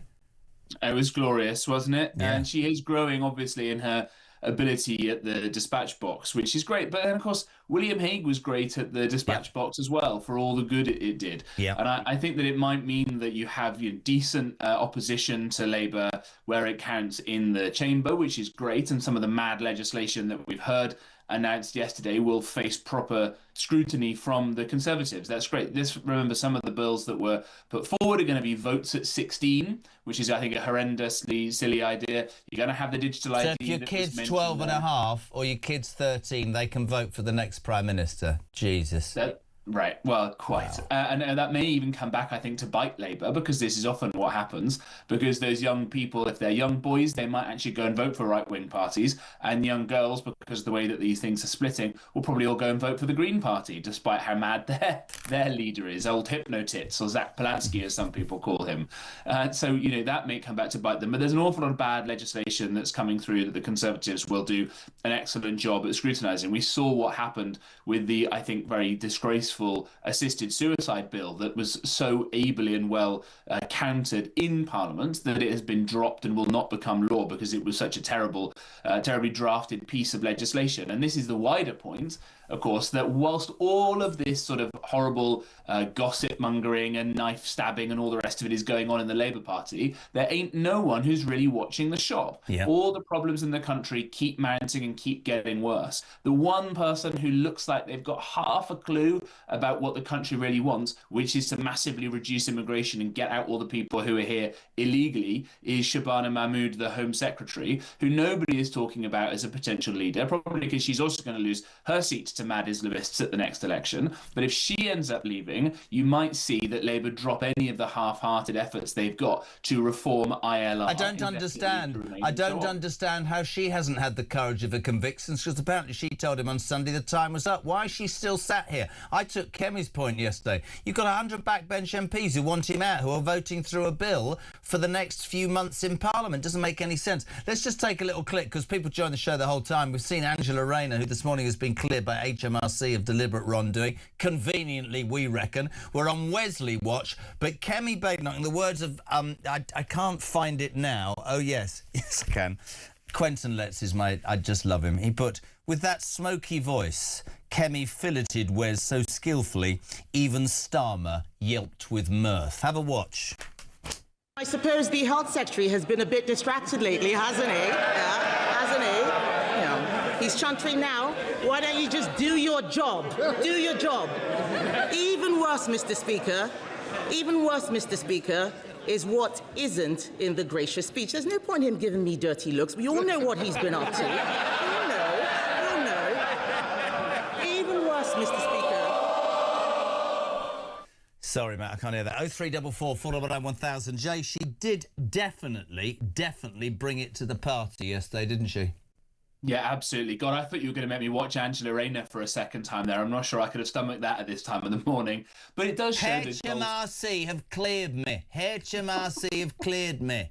I'm just impressed that she can spell HMRC, frankly. But look, on Kemi Badenoch, she was very, very impressive there. I suppose it's very easy to do when the lot that you've got opposite you are just so abject and useless. At least when the Conservatives had these sorts of leadership contests, some of the people who were vying to take over as Prime Minister were highly impressive people, right? In 2022, when Boris left, I helped run my old boss Nadim Zahawi's leadership campaign, a guy who founded a massive business, who's massively successful, all these impressive things that he's done. Rishi Sunak, for all the reasons I think he was probably a bad Prime Minister, was a very impressive guy. Kemi Badenoch herself ran in that contest. There were a bunch of smart and talented and dedicated people, however much the Conservatives may have started to mess up towards the end, who were there saying, look, I think I can do the right thing for the country. Yep. This lot of Charlies are just so embarrassing, Jez. Can you imagine any one of the Labour Party sitting opposite Vladimir Putin or President Xi? What? Angela Rayner sat opposite Vladimir Putin? No, but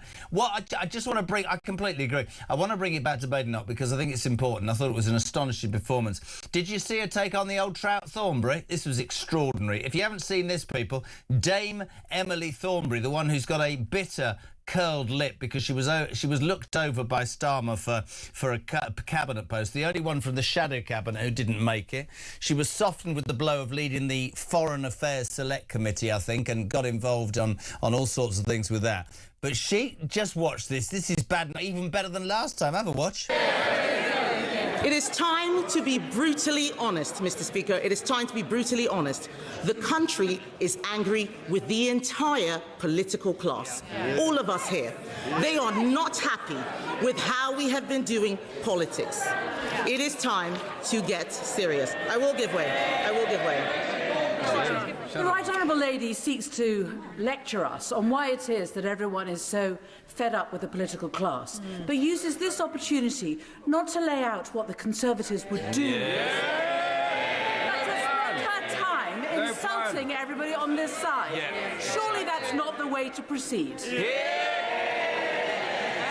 Oh, I'm not done yet. There is plenty more coming.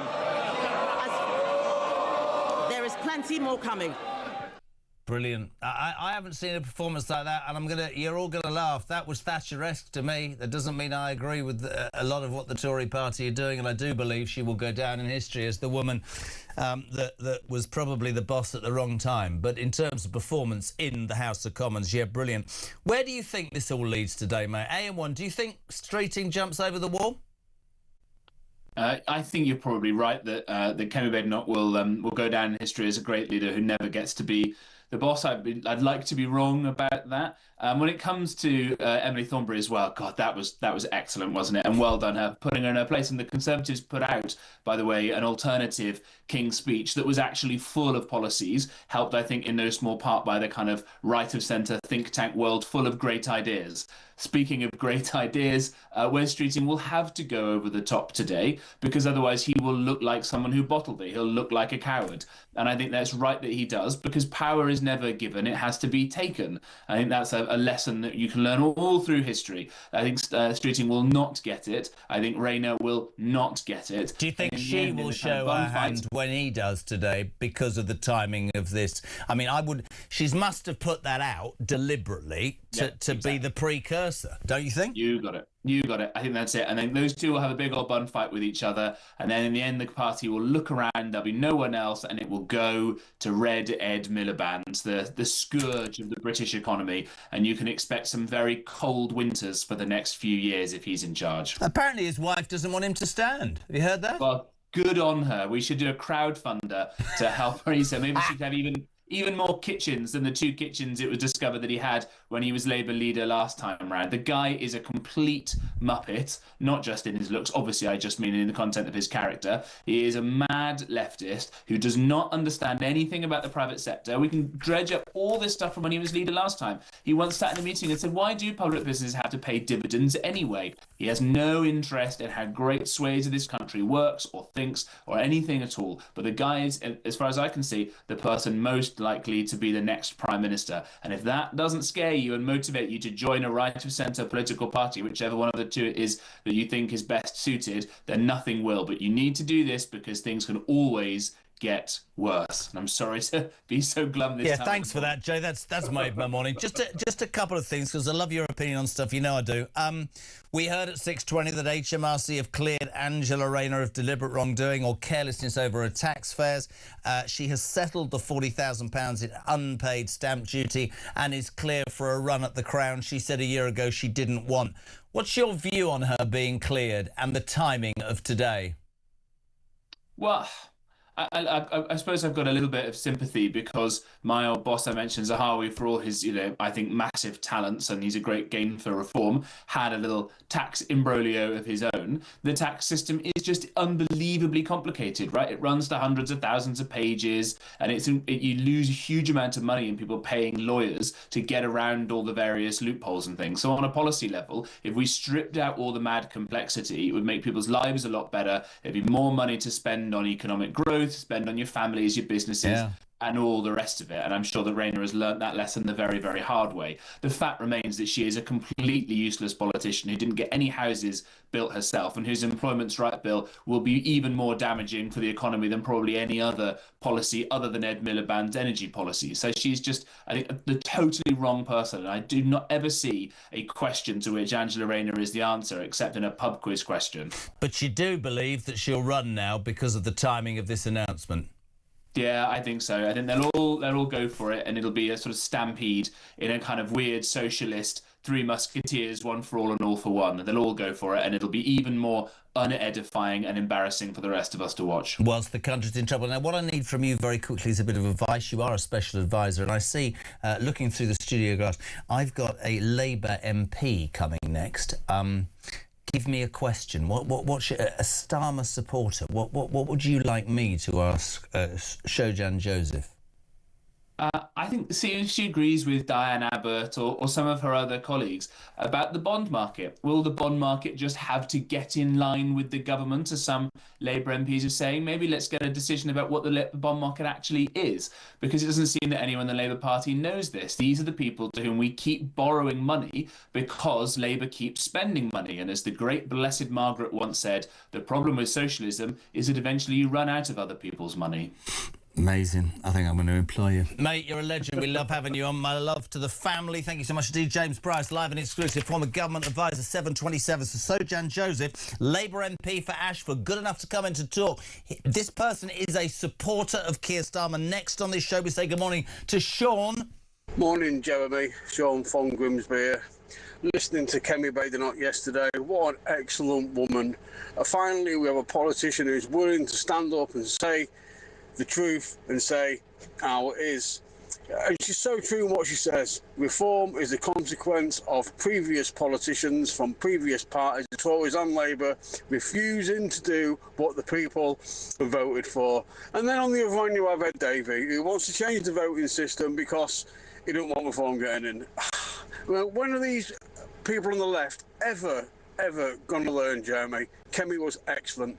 I think she should be leading with reform. Great show, mate.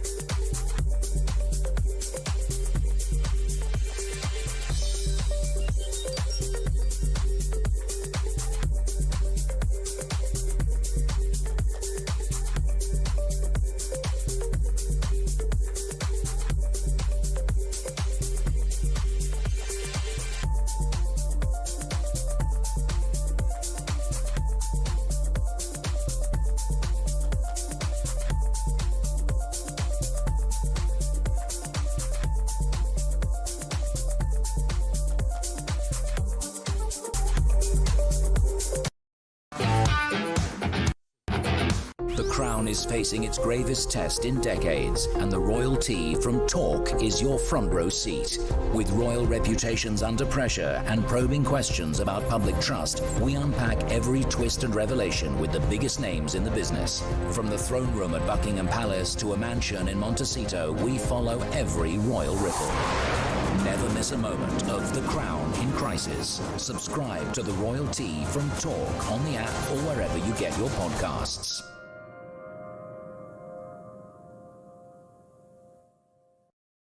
The UK on DAB+, on your smart speaker, on your smart TV, and on your side.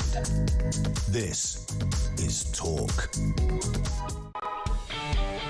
Welcome back, my friends. Just gone 7:30. It is Thursday morning. The 14th of May. We're live across the UK on the home of common sense. Jeremy Carr till 10 if you want to be on. 0344 499 1000. Text to 87222. And this, I don't know, Wesley resignation watch on the one hand, this reality show that is the Labour government right now. Everything fast moving. In the last hour and a half of this show, we are hearing, right, that Wes Streeting is preparing to stick his head above the parapet. Other sources in government are saying, has he got the numbers? Is he just a stalking horse? And if he doesn't do it, if he bottles it, what's the reaction then? At 6:20, we discovered that Angela Rayner has been cleared by HMRC of deliberate wrongdoing and carelessness over a tax affair. She's repaid the £40,000, and as thus, she too could stick her head above the parapet and do the bit for the left. Andy Burnham apparently is about to say that he's found a seat. I've no idea. Miliband's wife doesn't want him to stand, but he's sort of skulking in the shadows, and everybody's thinking, my God, that could happen. Very rare, and I want to pay credit here to my next guest, very rare for the Labour Party at this moment to come and talk to us. I have great respect. The Labour MP for Ashford, Sojan Joseph, very good morning. Good morning. Thank you. Genuinely, thank you. Wow, where do we start? The theatre of madness the last few days. What's it been like for a backbench MP? Very upset. A little bit frustrated. This is not where we want to be.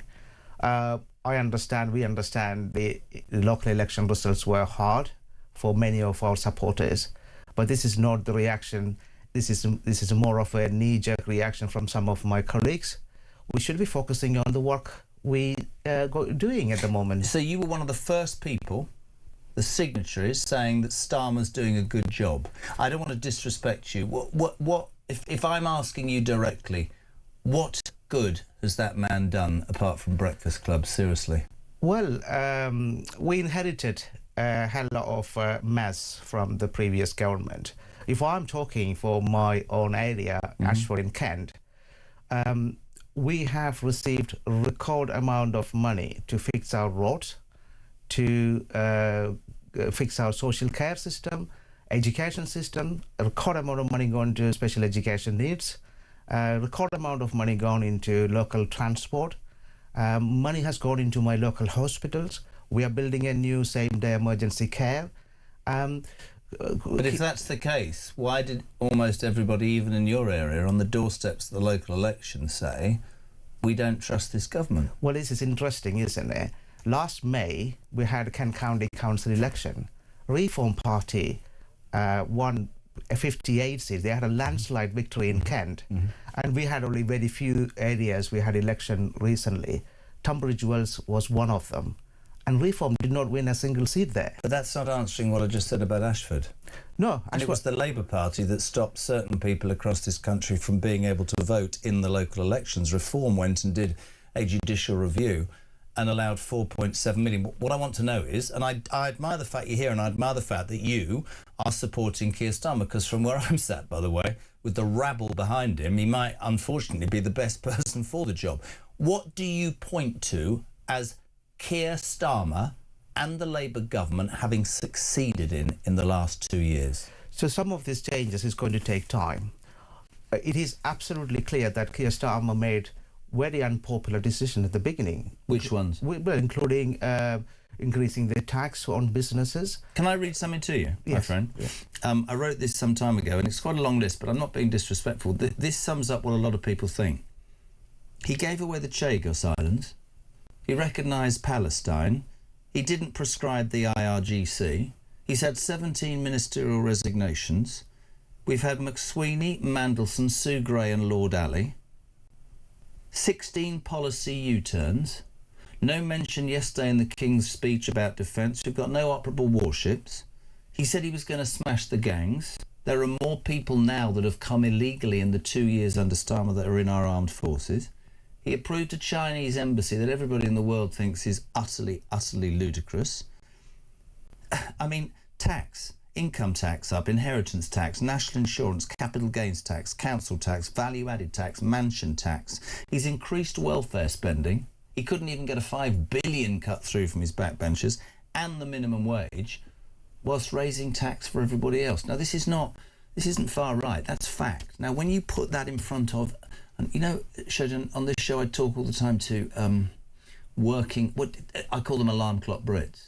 You're up in the morning, you're grafting, you're doing your 12 hours, you're paying your tax. I'm sure you're the same. That's what these people are worried about. That's what these people are hacked off about. Do you get that? Well, Jeremy, if anyone was expecting that this government is come in and the next month things will be rosy for everyone, it's been 2 years. That's absolutely wrong. But it's 2 years. I'm one of those people who has been getting up every morning and going to work. I worked in the NHS 23 years before I went to the Parliament, and I have seen how things has gone down. If you think that things will improve in a month or 2 months... Do you admit those are mistakes, though? Well, you listed a long list. If we go on each one, I'll give you one example. When Keir Starmer visited China, it's a threat to Western democracy. We got the media all over the place, the opposition all over the place. We got Trump going there. We're celebrating his visit. So Keir Starmer had to do things that was outside of his comfort zone. He has made a decision that was very unpopular. The list I mentioned earlier, that the money going into Kent was raised by raising the tax. If we want, I mean, during the last general election, the top issues we had was the potholes, the hospitals, the schools. So if we really need a structural reform in these areas, we have to raise the money. Do you think he's done a good job? Well, I have concern about some of the decisions. So why did you sign that he's the right man and he should stay then? Well, I would like to have some political stability in this country. Do you think this man can provide that, or do you think, and I understand there's opposition, I understand there's media, many people say that there's no point in shutting the door now, the horse has bolted, he's a dead man walking, he's a caretaker. Well, I don't agree with that. I think that he was doing a job, but what he was not doing was he was not aggressive enough, like some of other politicians, like some of our media. Conviction. Well, you can call whatever. I mean, this is the kind of politics we're seeing across the world and especially in Europe. You need to be a bit more aggressive.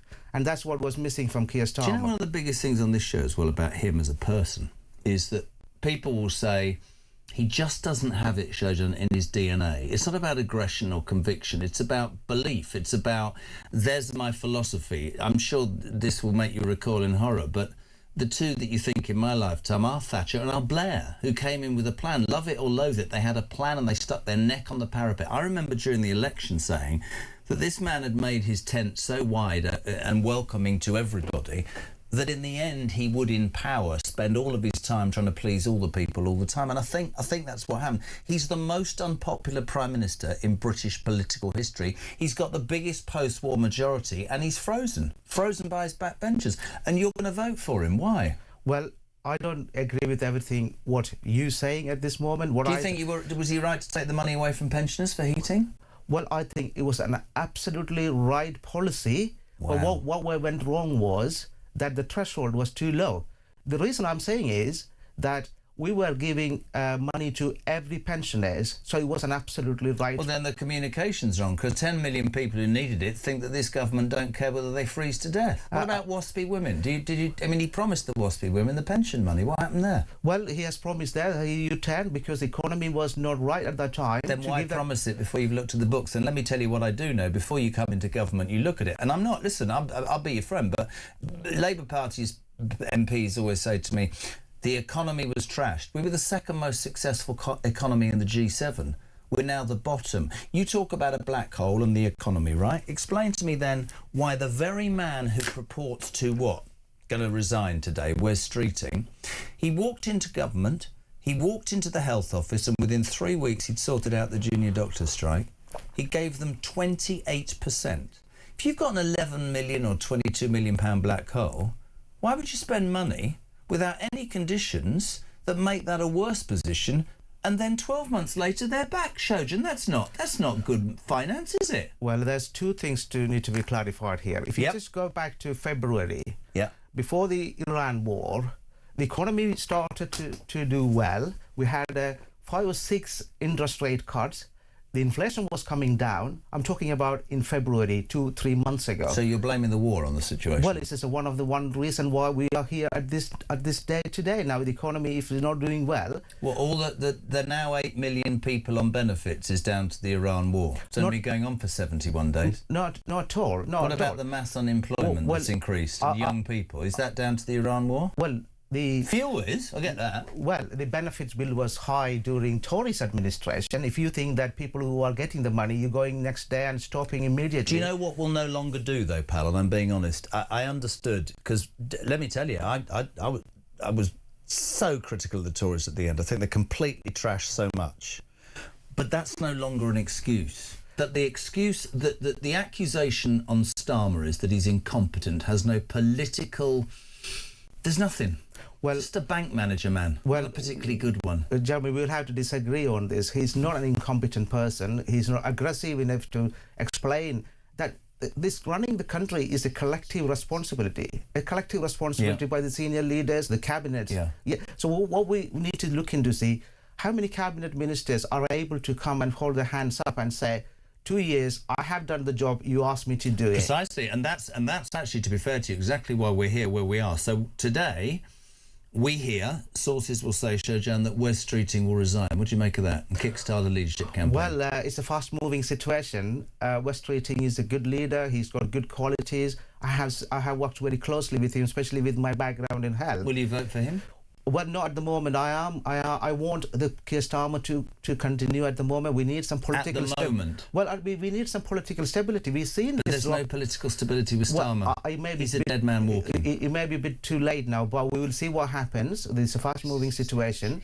But what I'm saying is, I have all faith in Keir Starmer. He's got the best interest for this country. He's not a people pleaser.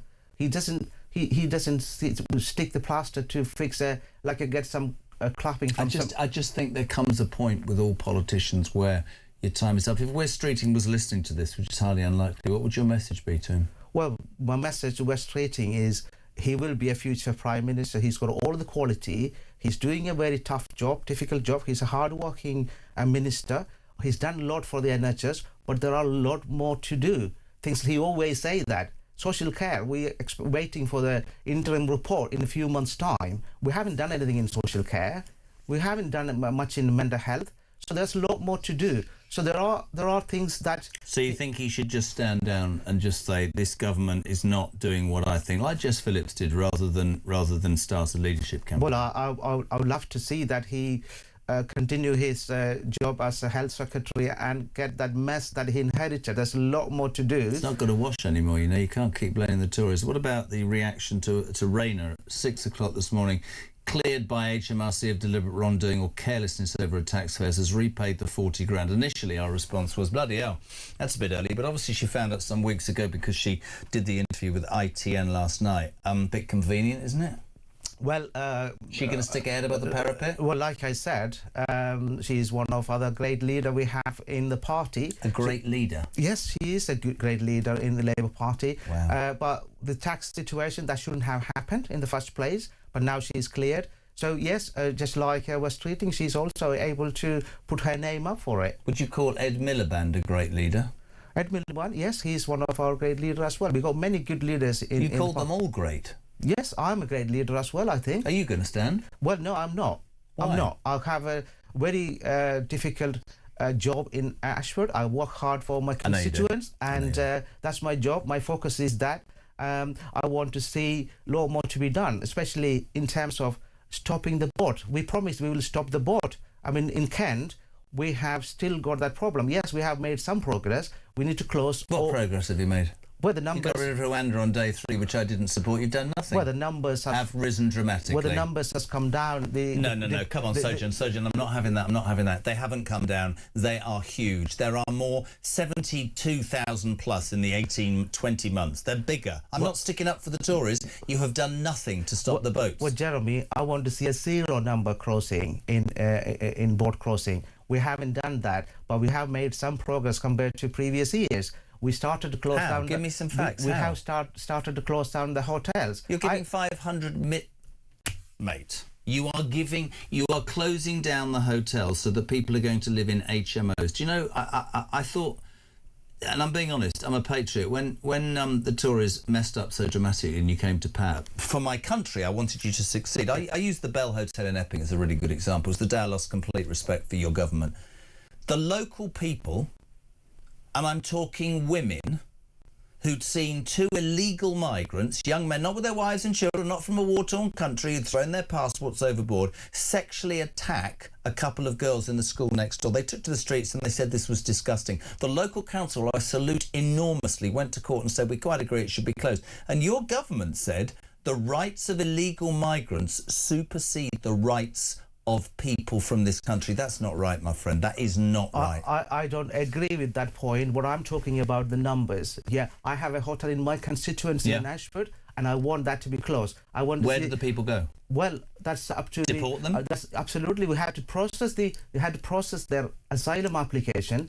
The backlog was huge. Yeah, I agree. That this government is getting on with and doing their job. So you're telling me that they're bringing down the deportation backlog? Well, they are, absolutely. The number of deportation gone up, the number of hotel accommodations gone down, and I want to see that. So that's why I said this is a collective responsibility. Each cabinet minister should get on with their job and deliver it to the people. We had a manifesto.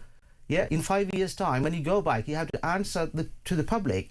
So this election result was a message to all political parties. It was not a message to just the Labour Party. We lost so many councillors.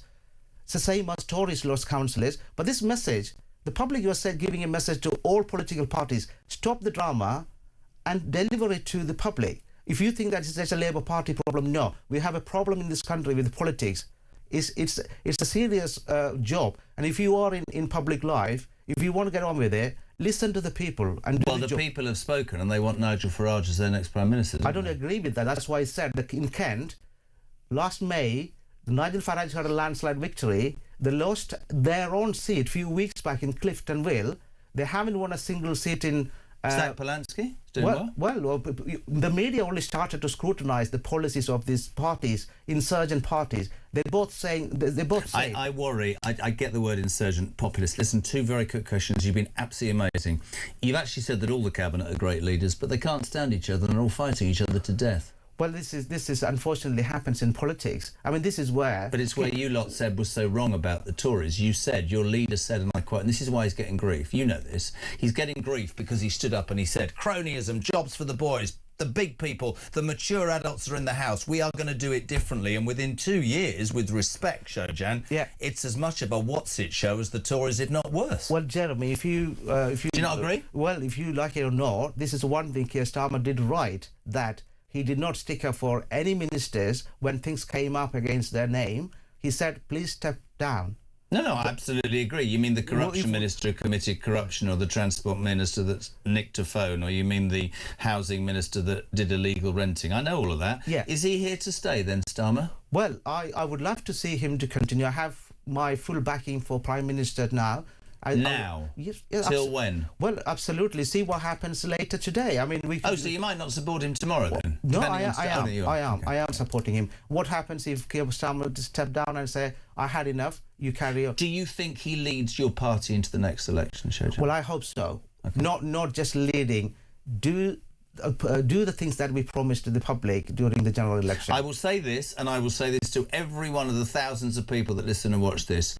You are the first Labour politician to have I think the nous, the courage and the conviction to come on, and I really, really appreciate you coming on the show. Thank you. Shojan Joseph, MP, Labour for Ashford. Very interesting. Said it before, say it again. Get both sides on this story. How'd you think of that? 87222. Start your message with the word talk 10 to 8. We're back in 3.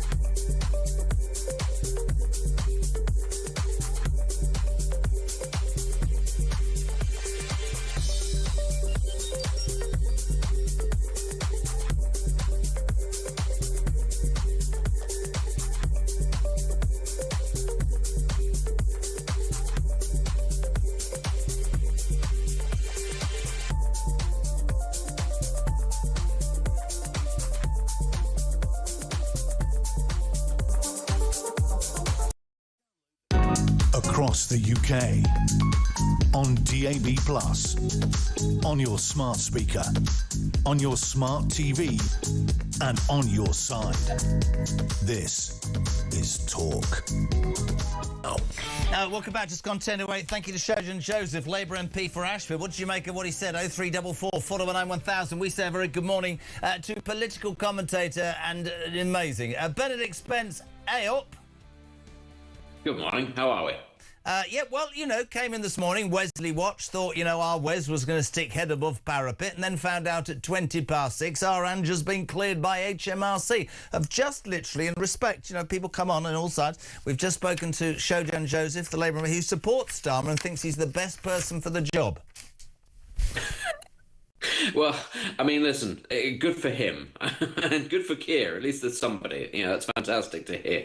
But, honestly, the main issue I think that, we have right now is that, yes, obviously, Starmer, I think, is sort of deeply unpopular amongst the rest of the country. But I do think what you're seeing is a slight hesitancy from amongst Labour MPs. And that's because they know the calibre of their own colleagues. They know the likes of Angela Rayner and Wes Streeting and Ed Miliband. They meet them, on a regular basis. And what they will be thinking to themselves is, do these people really have what it takes to get us out of this quagmire? I don't think anybody gets them out of the quagmire. I don't think anybody gets them out of the quagmire. I think it's of their own bloody making. But it's true. You're right. You sit here, I sit here and go, Geez, Angela Rayner. I mean, what about the timing of the HMRC thing this morning, mate? I mean, come on, she sat on that. That's because she's going to go over the wall later, isn't it? Yeah, that is what's going to happen there, and Miliband will as well, I suspect. And the thing is, of course, we all understand that the one that they really want is Andy Burnham, but then there are the huge question marks over whether or not that's even remotely possible. And I'm also just going to put this out here. Andy Burnham, I do not think actually is that popular in the country generally. Just because he seems a bit cuddly and nice in Manchester does not mean that he would be electable as a Prime Minister. But you're right, actually, whoever it is that takes over from Starmer will suffer the same issues that he does, because the problems that the country faces are structural, and the problems that the Labour Party faces are structural. A new leader is not going to be able to convince the backbenchers to vote to cut welfare spending. Even though everybody knows it needs to happen, it's unaffordable, they won't do it. So actually, some people would say, what's the point in changing the Prime Minister? Now, we all understand there is a very good reason for changing the Prime Minister. He has demonstrated appalling judgment in certain things, including, of course, appointing Peter Mandelson ambassador to the United States amidst the scandal going on with Jeremy And Epstein. can I jump in and just say, next week, of course, it's the next tranche of emails and messages between Mandelson and the government, and that's gonna just highlight this thing again, without any shadow. And that's the thing. This scandal will just keep on running and running, and every time it does, it just highlights that the Prime Minister has very, very poor judgment. So he does, in fact, deserve to go for that alone. Everybody's saying, oh, well, it's going to destabilise the party, destabilise the country. Listen, the country's already destabilised, and it's happening on his watch. You can't just keep somebody in place because there are no great alternatives. Sometimes there is such a thing as deserving to go, and that is the situation that Starmer finds himself in. But no, the country will continue to lurch from leadership crisis to leadership crisis until it gets a leader with a large enough majority, all of the MPs on side about what needs to be done, who has an agenda about actual structural change. I don't believe that that's going to be the Labour Party. Now, does that mean it's going to be reform? Because there are going to be a lot of people listening to this going, oh, I know somebody who could do that. I wouldn't say get ahead of ourselves and think that that could be what happens. And also, we're still some way from that being a possibility. I know that people think that there's going to be some sort of crisis that will usher in an early general election. I don't think these people are going to let go of power. If they're dithering over getting rid of Starmer, they will not go for an early election. What about the bond markets? I saw a comment yesterday, that the markets will have to get in line with us. We're the government. The markets brought down Liz Truss. The markets are massively important. Could they not have an impact? They could have an impact in bringing down the next Prime Minister, perhaps, but not necessarily in forcing a general election. You have to think about that. That would take the party itself going, oh, well, we've had it now. We're going to have to do this to ourselves. Or potentially His Majesty the King stepping in, but he's not going to do that. No. That would cause a constitutional crisis. I don't think he has the gumption for that fight. Even though I do think it's a fight that he'd win, I don't think that he'd dare do it. So when people say, oh, there's every possibility that there will be a bond market crisis and that will do it, there is every possibility that there will be a bond market crisis. I don't think that that necessarily means that the Labour Party falls on its sword. And I also think people need to understand it would have to get really bad for the party to be forced into calling a new general election. People who are wishing for this may want to be very, very cautious about what it is that they're wishing for, because it would mean real-time, probably, economic crisis for hundreds of thousands of families in this country. And actually, I don't think that that's a particularly good thing to usher in just in order to get rid of a government. Two questions very quickly. Kemi Badenoch, stunning performance yesterday. Right lady at the wrong time. Quite sad if you think about it. Yeah, she is. I have to say this, actually. She is the one leader who continues to rise in my estimations. Having started, I think, pretty poorly and from a very low position, she is gradually and very consistently getting better and better. You're absolutely right. She is in the wrong party right now. And obviously she was never going to be anything other than a Conservative.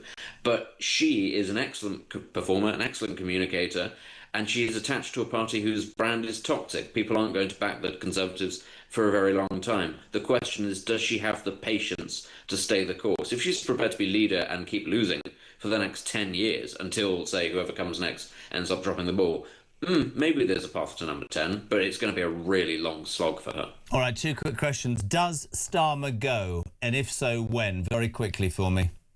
he doesn't go of his own volition, I think there'll have to be a leadership contest, and that could take as long as a piece of string. It depends. Does the party want Burnham to stand? Do they not want Burnham to stand? Is there a way? Is there not a way? So, I think that the decent thing would be set a timetable to do it today, but he's not going to do that.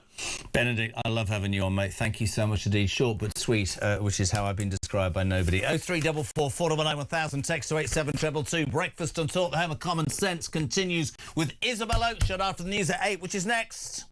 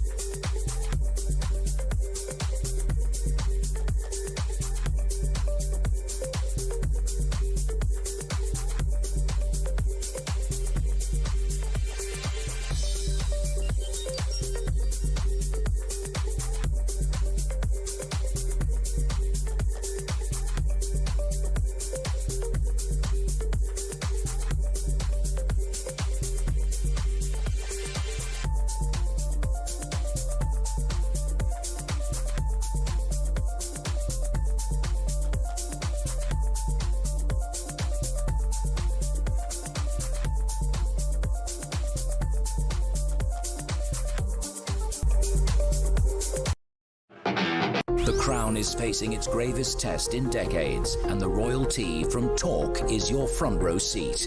With royal reputations under pressure and probing questions about public trust, we unpack every twist and revelation with the biggest names in the business. From the throne room at Buckingham Palace to a mansion in Montecito, we follow every royal ripple. Never miss a moment of The Crown in crisis. Subscribe to the Royal Tea from Talk on the app or wherever you get your podcasts.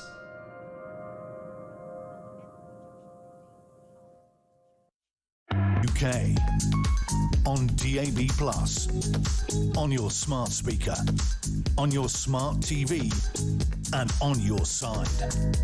This is Talk.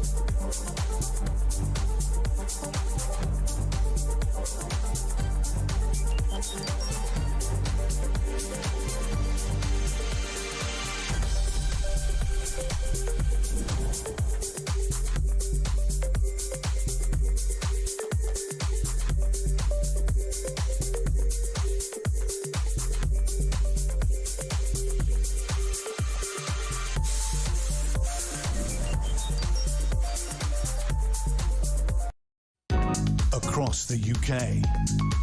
On DAB+, on your smart speaker, on your smart TV, and on your side. This is Talk.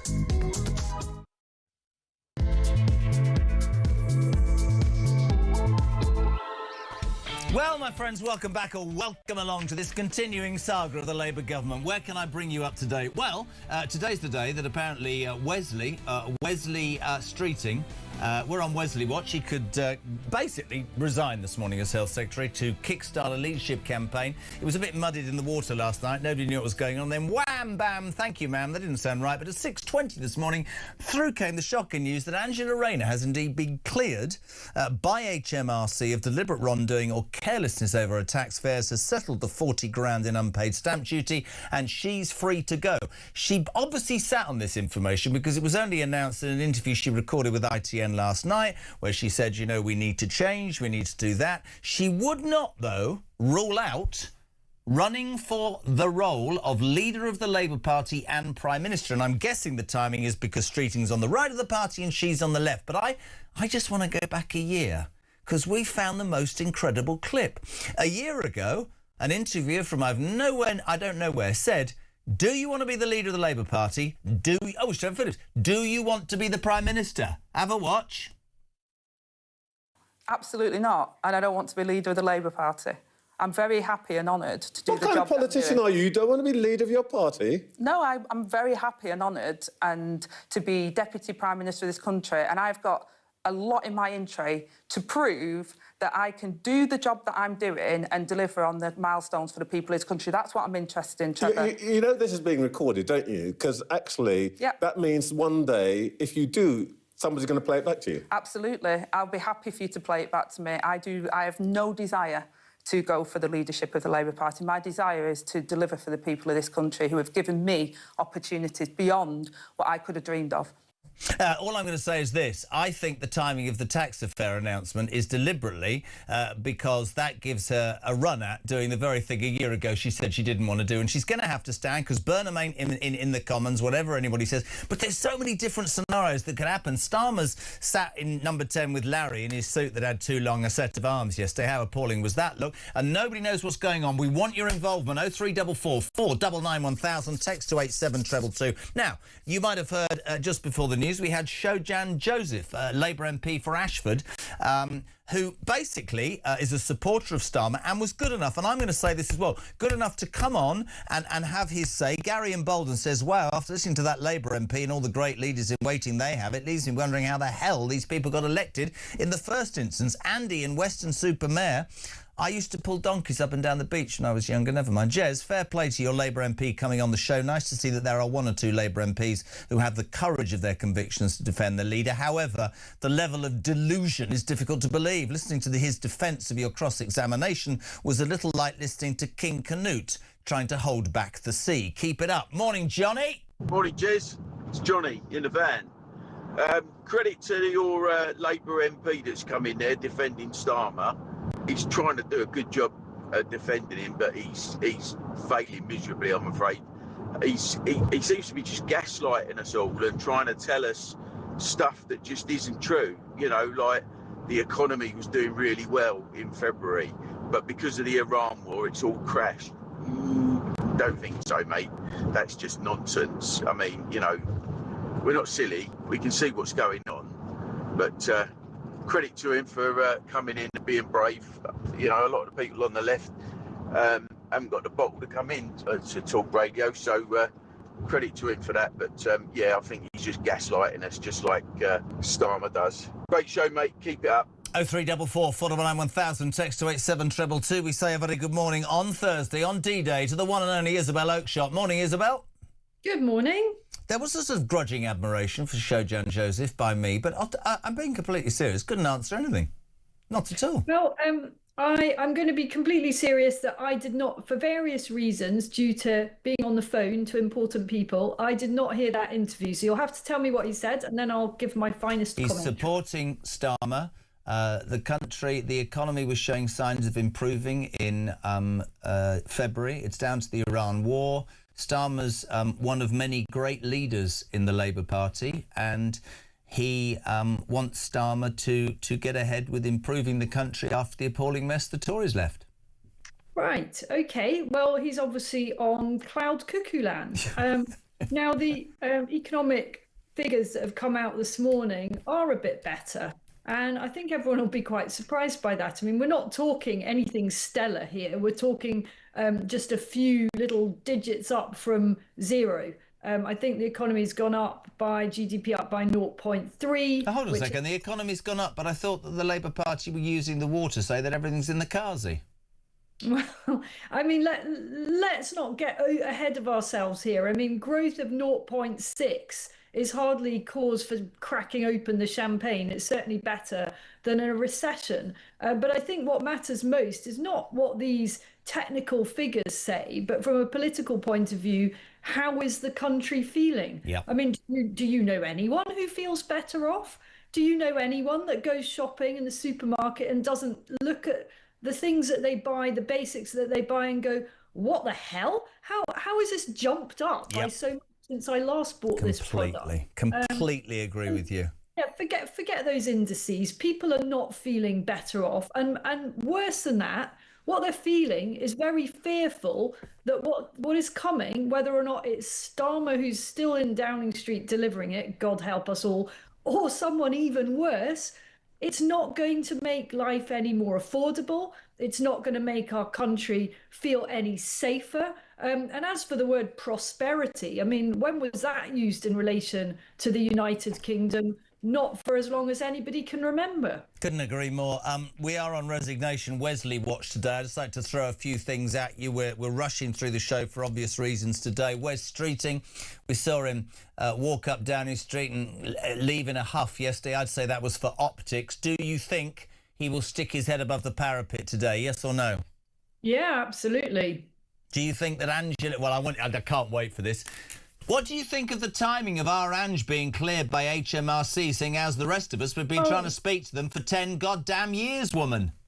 Jez, you're so cynical. I mean, it's just a coincidence, isn't it? It's just a coincidence. No. She's done this weeks ago and sat on this because I think she's going to put her head above the parapet, because I think, you saw the clip I played, I think that's unbelievable from 12 months ago. I think she'd shaft anybody, including Burnham, for the job. I don't think it's unbelievable at all. I've seen politicians do this 1,000 times. No, you haven't. What are you trying to say about politicians, Isabel Oakeshott? You're going to marry one.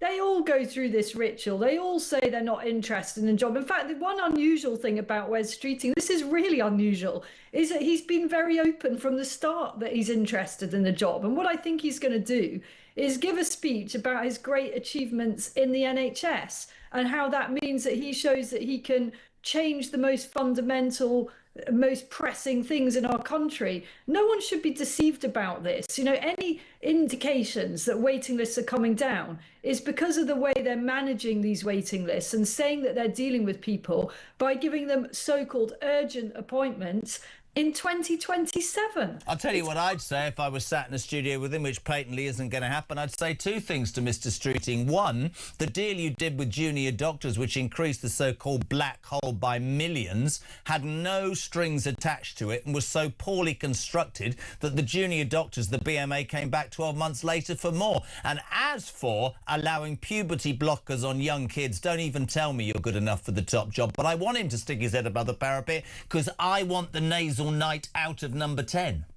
Well, I want him to stick his head above the parapet because we can't go on like this. We absolutely can't. I do think Wes Streeting would probably be better than the cardboard, the speaking cardboard box that we've got.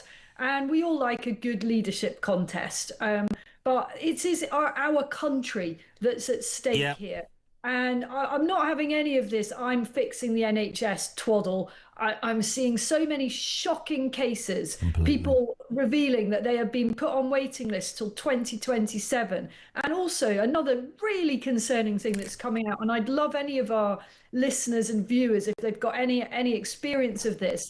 I've seen a number of reports now of British patients being put towards the back of the queue whilst newcomers to our country are fast-tracked for healthcare because providers are getting some kind of bonus for it. Now, if that is true, that is so beyond outrageous and scandalous that we need to expose it and put it up there and make it stop. Couldn't so if agree anyone's more. got any information about that, please. Yeah, let us know on that one. Last night, MPs on the left of the party were allegedly debating whether to back our Angela or Red Ed Miliband if Burnham, the self-styled king of the north, whatever, is locked out of the race. Think Angela will stand after the HMRC announcement this morning?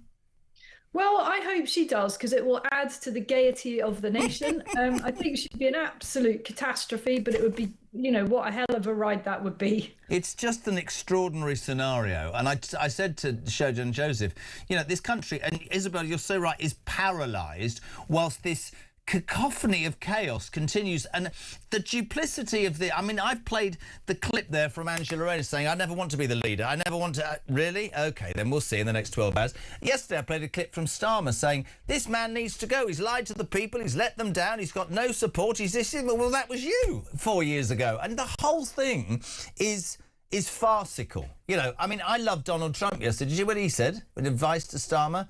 You've got it round the wrong way. The North Sea's closed and the borders are open. You need to flip that and open the North Sea and close the borders. Of course, he's dead right. Just give me a little oak shot gem. Where does this end? Does it happen today? Does it drag on for months? What do you reckon? I think it will start today. You know, the leadership contest will be triggered today, and I think it will be a very long one. I think it'll be an absolute right mess, and the whole thing the time frame will come down to the big Andy Burnham thing. Because what is it about Burnham? What is it? I mean, I don't know. I mean, I know Andy, kind of feel like I know him quite well. He's a really nice guy. But you could equally say, what is it about Sadiq Khan that he became mayor of London, one of the biggest and best jobs in British politics? He's an absolute B-list politician. Sadiq Khan was never troubling the players at the top of the Labour Party, you know, years ago. He's not a charismatic, exceptional performer. He doesn't do much. We know that from the state that London's in, and yet he got that top job. Andy Burnham, you know, he's a really nice guy, actually. I think he's competent. But is this the kind of king over the water thing? Just because he can't do the job, people think, well, he's the answer to things? I loved, by the way, and I've got to go, but I loved in that state opening of Parliament yesterday when Black Rod ceremoniously banged on the door and a Labour MP shouted out, "Not yet, Andy, not yet." Yeah. Brilliant. Absolutely brilliant. Listen, great to have you on. Thank you so much indeed. Always good to get your view. Isabel Oakeshott talks international letters. Just gone 8:15. Morning, Jez. Has Rayner shown anyone a written confirmation from HMRC of their findings and conclusions? Says Rob. Let's go to Victoria Gardens, live outside the House of Commons in Westminster. Sir Mel Stride, love him. Shadow Chancellor of the Exchequer with a spring in his step and his hat at a jaunty angle. Because the opposition are having an absolute ball, aren't you, Mel? Well, look, yes. it's always tempting to pile in and with glee when the government's in trouble, but this is not good for the country. This is the point, Jeremy. And we're seeing that expressed in the gilt markets at the moment, with gilt rates spiking, borrowing costs going up, and of course that's all against this background of a government that has mismanaged the economy now for a couple of years. So a very, very difficult situation for Britain, for the UK. I couldn't agree more. I'll ask you specifically some questions in a sec. I'm worried that you're wearing a red tie this morning, Stuart. You're not thinking of defecting to the Labour Party and standing for the leadership, are you? No. 9 times out of 10 it's blue, don't worry. I know. On a serious note, and you make a really good point there about gilt markets. I heard a Labour MP say yesterday they'll have to get into line with us. We're the elected government. But without slagging off Liz Truss, the gilt markets brought down Liz Truss's government in 49 days. Is there not a point that if this continued sort of all-out chaotic war continues, that the markets will have a say whether this government stays or goes? Well, it is conceivable that with the gilt markets they could move into a very difficult place if chaos continues on and on and on through time, which is all the more reason why it's deeply regrettable that the Labour Party has led us all into this situation.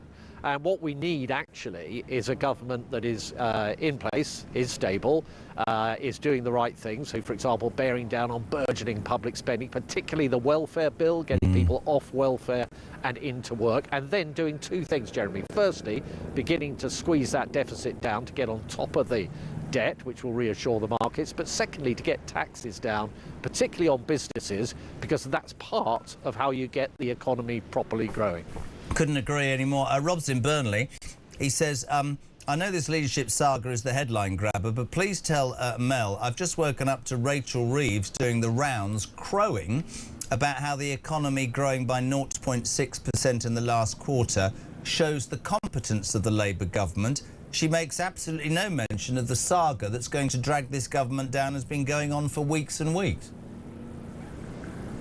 No, that's absolutely right. The big picture is clearly one of the instability that we've been discussing. But just on those GDP numbers, and what the ONS and indeed the Bank of England have been saying is that, of course, what happened in the last quarter of last year was we had pretty weak figures based on the fact that there was so much chaos around that late budget last year, if you remember, Jeremy, where they floated all these kites about the different taxes they may put up. And that basically led to businesses and individuals holding back on spending. Now, what we're probably seeing is that deferred now into the first quarter, and hence those figures being a bit better than they might otherwise have been. But look, overall, you can't get away from the fact we've had low growth. The IMF, for example, this year saying they've halved their forecast for growth in our country. We're in a very weak position, I'm afraid. I wanted to put to you something that I had a brave Labour MP, Shojan Joseph, Labour MP for Ashford, who came in and begrudgingly, and I mean this, respect that he tried to come here and defend Keir Starmer, but he said several things I took exception to, one of which was the economy was growing fantastically, well, he said in February, and there's a war on, which I know has only lasted 71 days. That's not really the true view of what they've done to this economy, is it, if we're fair? Well, no, not at all. In fact, if you look at his dates there, I think I'm right in saying that the Iran war actually kicked off in sort of mid-later February. So any suggestion that there was an effect one way or the other on the February figures is just misplaced, I think. And I would point once again just to the overall performance on growth. If you remember, this government came in saying it's growth, growth, growth. That was back in 24 when they were elected. But they took the wrong choices. So they put up taxes, particularly on businesses, which killed growth. Destroyed jobs. You look at the hospitality sector, they've lost about 100,000 jobs since this government's been in office. They did what all other Labour governments always do, is they borrowed masses of money and spent and spent and spent. That stoked inflation, that kept interest rates higher for longer than would otherwise have been the case. And that is the story of why the Chancellor has sort of lurched from one fiscal event to another, having lost all her fiscal headroom and having to tax even more in order to make up the gap. And that's the pattern that has led us into a very fragile situation with high debt and really not in a good position to face into the kind of challenges that we're experiencing at the moment. Couldn't agree more. Couple of quick questions for you, Mel. You'll agree, I think everybody here agrees, fantastic performance by Cammy Badenoch yesterday. I mean, talk about, I watched your face, I watched Alex Burkhardt, who I spoke to yesterday morning. I mean, I loved on the front of the Mail, Quentin Letts, with that smoky voice, Kemi filleted Wes so skillfully, even Starmer yelped with mirth. It was a brilliant performance by her. I just want to ask you, with everything that's going on, you guys are seriously getting on with it, but I mean, this absolute debacle that we're seeing unfold. Quick few questions. Does Wes Streeting stick his head above the parapet today, Mel Stride? Yes or no? I think he's got himself into a position where if he doesn't do that, then he will look very foolish indeed. I guess the big question is, has he got the 81 names? And who knows? I just have a feeling that he might not, but I don't know. Angela Rayner, rather conveniently at 6:20 this morning, HMRC cleared her of any wrongdoing and carelessness over a tax fare. She settled the 40 grand, which I guess means paid it back. I played a clip from a year ago. I never want to be the leader of the Prime Minister. She'll definitely be throwing her towel in, won't she? And also Miliband as well, we hear. So the big question for you guys is, who would you fear the most in the next few years? Starmer, Wesley Streeting, Ange, or Red Ed Miliband? Oh, God, what a choice, Jeremy, what a choice. I think that they'll all be equally disastrous. No, but the problem is that this is not actually all about who leads the Labour Party. It's about two things that won't change whoever leads the Labour Party. One is they don't have a plan, and they never did, and that's the heart of the problem. And the second thing is they've got a totally dysfunctional parliamentary party now that cannot come together to take the tough decisions we need to make in order to make our country safe and secure and an economy that's growing. And, you can't change that overnight. And I'm afraid I think the future is, under this government, really rather bleak. And I'd pick out one thing. I'd agree with you. Whether it is Starmer, Streeting, Rayner or Miliband, I was sat here about 6 weeks ago, Mal, I think you were on the day after, where it was said to us that the money into the Exchequer at 331 billion was for the first time in our history, right, jumped upon and made look a small figure because the welfare bill that we're paying to people on benefits superseded that. And before we get into a huge debate, not you and I, but people will say, oh, you're talking about taking it away. No, I'm not talking about taking it away from disabled people or mentally ill people or people who I'm really happy to go to work to pay tax for. I'm talking about how the 8.3 million, I don't care what anybody tells me, there'll be 2 million in that number that are gaming the system. And the Labour Party tried to what? Knock 5 billion off the 331 million. And there was absolute mutiny in the Parliamentary Labour Party. None of those leaders will deal fiscally with the problem, the major problem in this country, which is the welfare benefits bill, because they haven't got the balls to do it because their constituents wouldn't allow it. That's the truth, isn't it? That's exactly the point that I made. I could not agree more. We saw that when they tried to come forward with some fairly tepid welfare reforms, and as you say, there was a sort of major rebellion on the backbenches of the Labour Party in Parliament, and that is at the heart of the problem. And getting back to the markets, of course, the markets know that. They know that not only have they got a chaotic government, but they've got a government that does not have the ability to take the tough decisions that we need to take. Good man, and listen. on welfare, I think the figure that you... Yeah, but anyway, I'll leave it there. But, listen, change the tie, but keep going. You're a good man. We love you. Some else tried. Shadowed Chancellor of the Exchequer in a red tie, 8:25. It's Thursday morning. Stop. Oliver William Robin Kyle is sat in the car. He won't go to school. Morning, mate. Hope you're okay. Rissy Roo as well. And the wife. The whiff? Where did that come from? Victoria legend. Have a great day. See you later on. Right. Rob, good morning. About the HMRC. In 2013, I was overpaid by £2,053. I paid it back, but I incurred a penalty because I'd been overpaid. And this has been rattling on since then. They have chased me up to this point, and they have even lowered my tax code to get the money back, even though I've rung them and said I will pay them. And this is all over 1,700 and something quid. So the people who have decided to let Angela Rayner off 40-something grand at a very convenient time, whilst me have been pursued for 13 years over something I've argued about because I'd already paid back what I owed, but I still got penalties. Please tell me how this makes sense to a normal alarm clock Brit.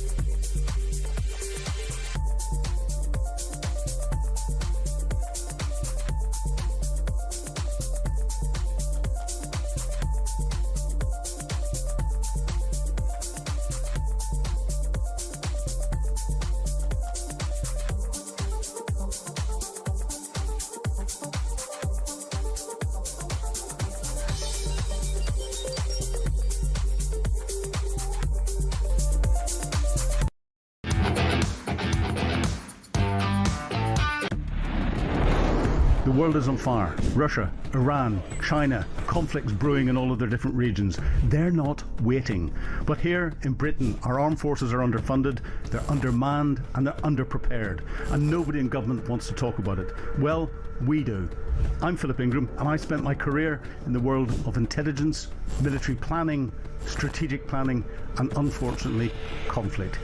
This is Talk War, and this is where we analyse the conflicts shaping our world. Across the UK, on DAB+, on your smart speaker, on your smart TV, and on your side. This is Talk. God, this show's a roller coaster. 8:30 in the morning, you're waking up to the news that Wes Streeting is preparing to resign, stick his head above the parapet, and, of course, stand as the leader of the Labour Party. They're all running around. We were all just dealing with that today, Wesley Watch, whereupon at 6:20, Angela Rayner announced she'd been cleared by HMRC or any deliberate wrongdoing, repaid the 40. She's now in the game. Miliband sort of tossing up. That didn't sound right, the idea of whether he should or not. Starmer says he's still in the game. It's all going on. The HMRC thing's causing quite a lot of interest. Leanne, morning, Jez. Having worked with and around HMRC for 30 years, boo, I say to you, I have never seen any correspondence which stated an individual was cleared of any wrongdoing. It may have accepted an appeal on whatever grounds, but I very much like a redacted copy of the letter to be published, as I'm calling it BS on the wording being used, says Leanne. Hello to Lee and Margaret Harborough. What does he say? Good morning, Jez. Fair play to the Labour MP to come on, but they're all the same. He's done a good job. It's the Tories' fault. Pathetic. Hello to Caroline. Sweet. Never mind. Rayner may have been cleared of wrongdoing, but has the appropriate stamp duty now been paid? Carl from the Lakes up north. I know where the lakes are, man, for God's sake. If Rayner had bad advice on her stamp duty, who was it? I don't know, Starmer. Sarah by the sea. Doesn't say where. We are an island. Could be anywhere. Anywhere in the world. Jez, HMRC has no integrity. How would the general public be let off with no penalty? Keith, is he in Forres or is he called Forres? I've no idea. Jez, it's not the next Labour leader we have to worry about. It's who the hell's going to be the next Chancellor. Margaret, this might happen today. Wes changes his mind and doesn't resign. Orange backs Starmer, boosts his ego, comes back, makes her deputy, sacks Streeting. Margaret, you could be absolutely right. Earlier on, we had somebody who said, what if Starmer, knowing the game's up, wants to just go quietly in the summer and says to Burnham, call the troops off, I'll disappear around, party conference time and everything will be lovely. T, good morning. On the day we wake up expecting Wes to step in and finally grow a backbone and do what he's got to do, even though so many doubt him, all the stars align in Angie is cleared from HMRC. In what world does this happen? And of course, we all look on and go, yeah, that's Labour's world, This is what happens under them. I feel like the people are just politically drained at this point in time. It feels like we've been in an abusive relationship with our government for 18 months solid, as we've been gaslit and told to keep shush, nothing to see here, as they carry on. And at this point in time, whatever carnage is going to follow, because we know it's going to follow with whoever steps in, because it's the whole Labour Party that's the issue, including him. At least we can see the back of the man that stands there with no soul, who looks down on us. I'm sorry, could somebody get hold of her? I wanted to write me speeches. How good was that, T? Also, I always do try and include the wonderful people that work on The Breakfast Show, Christian and Big M, and what's that boy with the big ears called? What's he called, the new one? Luke. I'm only joking, Luke. Great haircut. But Tommy deserves huge respect. Tommy does so much. And this is what I wish I could play what goes on.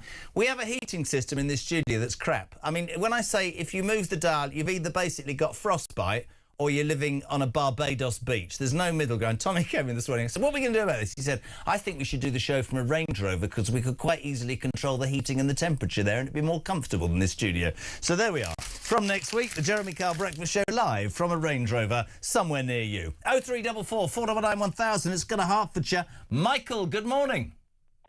Maybe they should run the government from a Range Rover. Sorry?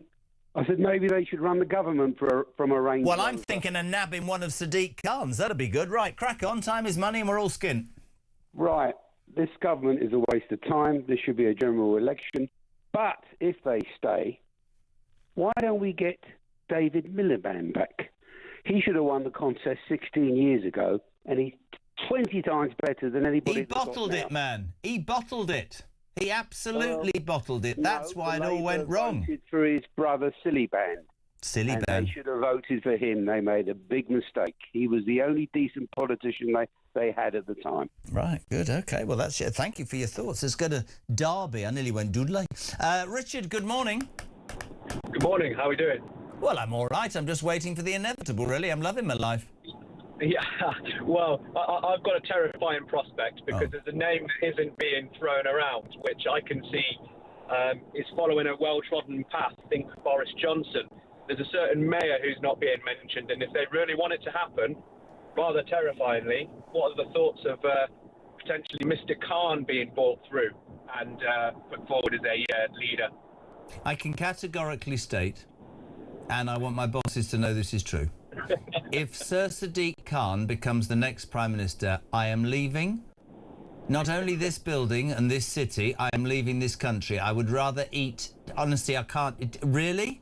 You've ruined my morning now. I was looking forward to a sort of, Raina arguing with Streeting. Maybe you're right. Sadiq Khan? Oh, jeez. Jesus. Terrifying prospect, I know, but there's no noise, and you know how ambitious that individual is. And the next logical step after being the Mayor of London is to find a way of weaseling him in. And with the splits the way they are, I don't see it as being completely unfathomable. It's terrifying. Brilliant. Thanks for ruining my morning, Dick. You're a good man. Richard in Derby, thank you very much indeed. Morning, Jez. The bond markets have been higher for a year now than they were when Liz Truss was brought down. Where's the media outrage? Dennis in Melton Mowbray. I try and give all sides. 25 to 9. Next on Talk Breakfast, Lord Clive Soley, a Labour peer. Clive, good morning, sir. How are you? Good morning. I'm still laughing at the idea of you being skint. I've never thought of you being skint. I thought you more wading around in piles of money, actually. It's not about money, However, Clive. It's I'm about sure people. We all had money till you lot took power. Right, listen, you struck me last time we spoke as somebody who, spoke the truth. What an absolute bloody shambles your party is right now. It's a mess at the moment, that's true, and it needs to be sorted. And I've already said, and I'll say it again, that it's a mistake to have a leadership contest now, not least because what the electorate was saying the other week was really get yourself sorted out down there in Westminster. It's a mess and you need to improve it and so on. And that's what was being said. They weren't saying go back to what happened with the last government and play musical chairs for the Prime Minister and have 2 or 3 Prime Ministers every 5 minutes. But then every single Labour councillor, every single Labour councillor and Labour person that we have spoken to said something that, I'm not saying that isn't the mature response, but every single person that knocked on every single door said the biggest problem for every Labour candidate was Keir Starmer, the most unpopular Prime Minister in history. Yep. So there is a need to get rid of him for you guys to get your message through. Well, exactly. It's slightly more complicated than that. I hate to tell you this, but it is. And the reason that his mess is so awful at the moment is because of the dreadful Mandelson affair. It really did an enormous damage. And that, I think, is why people are saying on the doorstep, get rid of Starmer. But getting rid of Starmer doesn't solve the problems facing this country. No, but we're talking... But Clive, before we talk about that, we're talking about his judgment. You brought up Mandelson. Next Wednesday, the next tranche of those emails will be released. There is a feeling, let's make it less personal, right? Although I think it's appalling judgment. There is a feeling that issue is not ever going to go away. And because of his appalling judgment in giving Mandelson the job, he's tainted forever. I think that's a salient point, my friend. I think, well, yeah, but bear in mind there have been crises of this level before. I'm not sure if you're old enough to remember it or not, but I certainly do. The Profumo affair, where we had a Conservative Conservative Defence Minister sleeping with a woman who was also sleeping with a Russian spy. So and that really did enormous damage. That government, they did recover actually. And it's surprising what you do recover from in politics. It's a rough old game in politics. I think it's changed, though, my friend. I think the British... Well, there are changes, yes. And, one of the possibilities, and this is what troubles me in a way, it's too simplistic, is to say, right, the old two-party politics is going, Labour and Tory going. So, and I understand that, and that could happen. But what I want to say is remember that in that circumstances, you might find you get two other very inexperienced groups, the Green Party, which doesn't give me great confidence, and Reform, which doesn't give me great confidence either. So we could be heading for a period of great instability in Britain. But then the argument would be, Clive, and I'm not arguing deliberately. I love the debates we have. You've used another word that I would use, inexperience. Yeah. But then you ask the silent majority, not the Westminster bubble, what they make of the end of the Tories and the first 2 years of Labour. And I think those insurgent populist parties, because that's what they get called by everybody, probably are doing as well as they're doing, because the British public, right, are sick to the back teeth. I mean, just a couple of things. I mean, I'm not just having a go at Labour, but I played yesterday a clip from Starmer that basically spent about 10 minutes when Johnson was on his knees saying, it's a disgrace, he's lied, he's lost the confidence of the people, he's this, he's that, this country is in chaos, it's not fair, he's got to go. Today I've played a clip from Angela Rayner a year ago saying, I don't want to be leader, you can print that, I don't want to be Prime Minister. Nobody trusts this government like they didn't trust the Tories, and you lot have managed this in 22 months, Clive. Well, there's no way you've got to give us credit then for productivity. That would be impressive. I don't think it's as simple as that, actually, Jeremy. I can see where you're coming from, and it's quite true. A lot of people are really, really fed up with Westminster politics. That is true. And one of the things that always troubles me, at the end of the day, I won't fight and die for a political party. I will fight and die for democracy and the rule of law, because that's what gives us our freedom, right? And that is absolutely central for me. So yes, I know that parties, including the party I've been supporting for years, will go through crises. And I know also you'll get people saying things that we say unsaid and try and go back on it and crush as well. That is life. It is tough, right? But don't get the impression that there's some quick fix for the situation the country's been in now for quite a few years. And we're not alone in that. Look around the rest of Europe at the moment. I don't know which country you're thinking of running off to if Sadiq Khan becomes Prime Minister, but you won't have much choice in Europe for a country which hasn't got major economic problems. Okay, let's stop you there. Let's stop you there. All right, let's stop you there. Okay, let me accept that. Now, I have a different view in terms of if you increase NI, you ruin small businesses, and you come to power talking about growth. But that's what governments or people that support governments in hard times say. Inheritance. Get that? World situation. What did I hear from that Labour MP this morning? Iran war. Let me throw at you what I threw at him. Yeah. Somebody sent me this. Apart from giving away the Chagos Islands, failing to prescribe the IRGC, 17 ministerial resignations, having full confidence in McSweeney, Mandelson, Sue Gray and Lord Ali, 16 policy U-turns, no mention of defence and inoperable warships, said he'd smash the gangs, approved a Chinese embassy, here's my best bit, has raised income tax, inheritance tax, national insurance, capital gains tax, council tax, value-added tax and mansion tax, has increased welfare spending where it now outstrips money we get from people working, and has frozen tax allowances for everybody else. Can you please tell me, for the people listening who want to hear both sides, what the hell has Keir Starmer's government done for the hard work in Britain 22 months? Let me take that on, Jeremy, because the trouble is with what you've just done, of course, is all I would do in response to that is give you a long list of the achievements, and they're there. And one of them, this morning, was the 0.6 growth in the economy, larger than any other country in the G7. Now, that means something out there is working. Right? Okay. And it is that which will save this country in the long run. All right, Clive, I'll give you that. I'll give you that. Give me 5. I'll give you that one this morning. Give me another 4, apart from breakfast clubs. I do think the health service is improving. I do think there's things being done in education that are good. I think the way, it might be better if I pick out the ones where I think they've got to do better.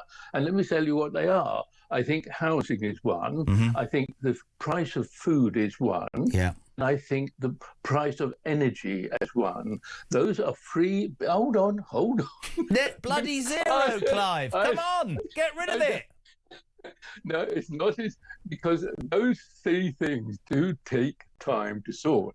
And I think there have been mistakes made. You can't do government without mistakes, for God's sake. And all the people who rabbit onto you in the way and you rabbit on back to them, that's fine. I understand that. But if you were making the decisions, you would make mistakes. Okay, too, let me stop you 1 second. Let me. This is my problem with Starmer. Please hear me out, right? Okay. At the end of the debacle that was the Tories, this is me genuinely telling you how I feel as a voter. Yeah. I was so not listening to them. I wanted, as a patriot, this government to work. You've just said, things we've done wrong. The reason that people are so angry, Clive, and you have to hear me out, is he has lied to the face of pensioners. He's lied to the face of farmers. He's lied to the face of waspy women. And I'll give you my... I don't like the word lie here. You might we went to the National Union of Farm Workers and said we would not bring in anything that affected your livelihood, and brought in this inheritance tax that's an absolute disgrace, and people have taken their lives. Which hits the highest income groups of farm owners, mainly businessmen. No, it doesn't, Clive. Yes, it does. It does, frankly. Mate, with respect, if you've got a farm worth 3 million quid that got passed down, you only take 30 grand a year. It's about passing it down. But here's the naivety of that policy. You talked about food prices. Why do you think they've gone through the roof? Because British farmers make bloody food, and now we've got to get it from somewhere else. The prices have gone through the roof in other European countries too. And he wants to be closer to Europe, yeah? The reasons you're not touching on the bigger problem reasons, which we all know about, which is the war in the Gulf and so on. Those things will cause problems, and you're still recovering from COVID. So the war in the Gulf did not cause him to cut pensioners' heating allowances, did it? I think I've said this to you before, Jeremy. I must have done. I'm a pensioner, right? I'm nearly 90, right? I have to say I am better off than I've been before. Why? Not because my pension's being cut. I actually wish I could pay more tax, because I get, like most pensioners actually, I've got the rises that you've been given as a pensioner, and there have been a number of rises by the government each year. And on top of that, we have, as a lot of us do have, an ordinary private pension. And if you've got a private pension and you've got the basic state pension, then your income is not dissimilar to that of a newly appointed teacher or nurse, right? So, Clive, I think we have to try. Well, let me finish this bit. Let me tell you, I sit at times in my house here with a blanket over my knees, right? I don't do it because I can't turn the heating up. I do it because when you get to my age, the circulation goes and your knees are... I have a blanket on my knees. I have a blanket on my knees, and I'm 60, man. Listen, because you have not paid enough. Listen, we could argue forever. I love having you on, but I think the point is the British public have lost faith in this government. I'm going to send you a blanket for Christmas. Lord Clive Soley, you're a legend for coming on as ever, my friend. Talk breakfast morning, Jimmy. Morning, Jeremy. Jimmy from Halifax. Just coming back from Dunstable. Early morning delivery. On my way back already. Angela Rayner, right, well, it's obvious what's going to happen, or what I think is going to happen. If he's going to have a reshuffle, it's Keir. Angela's going to get in there. So Keir, Angela, and your man from Manchester are all going to get together. He's going to get a seat, and Keir will, as you say, wait to the conference, bow out in style, and Burnham will get it. Cheers, great show.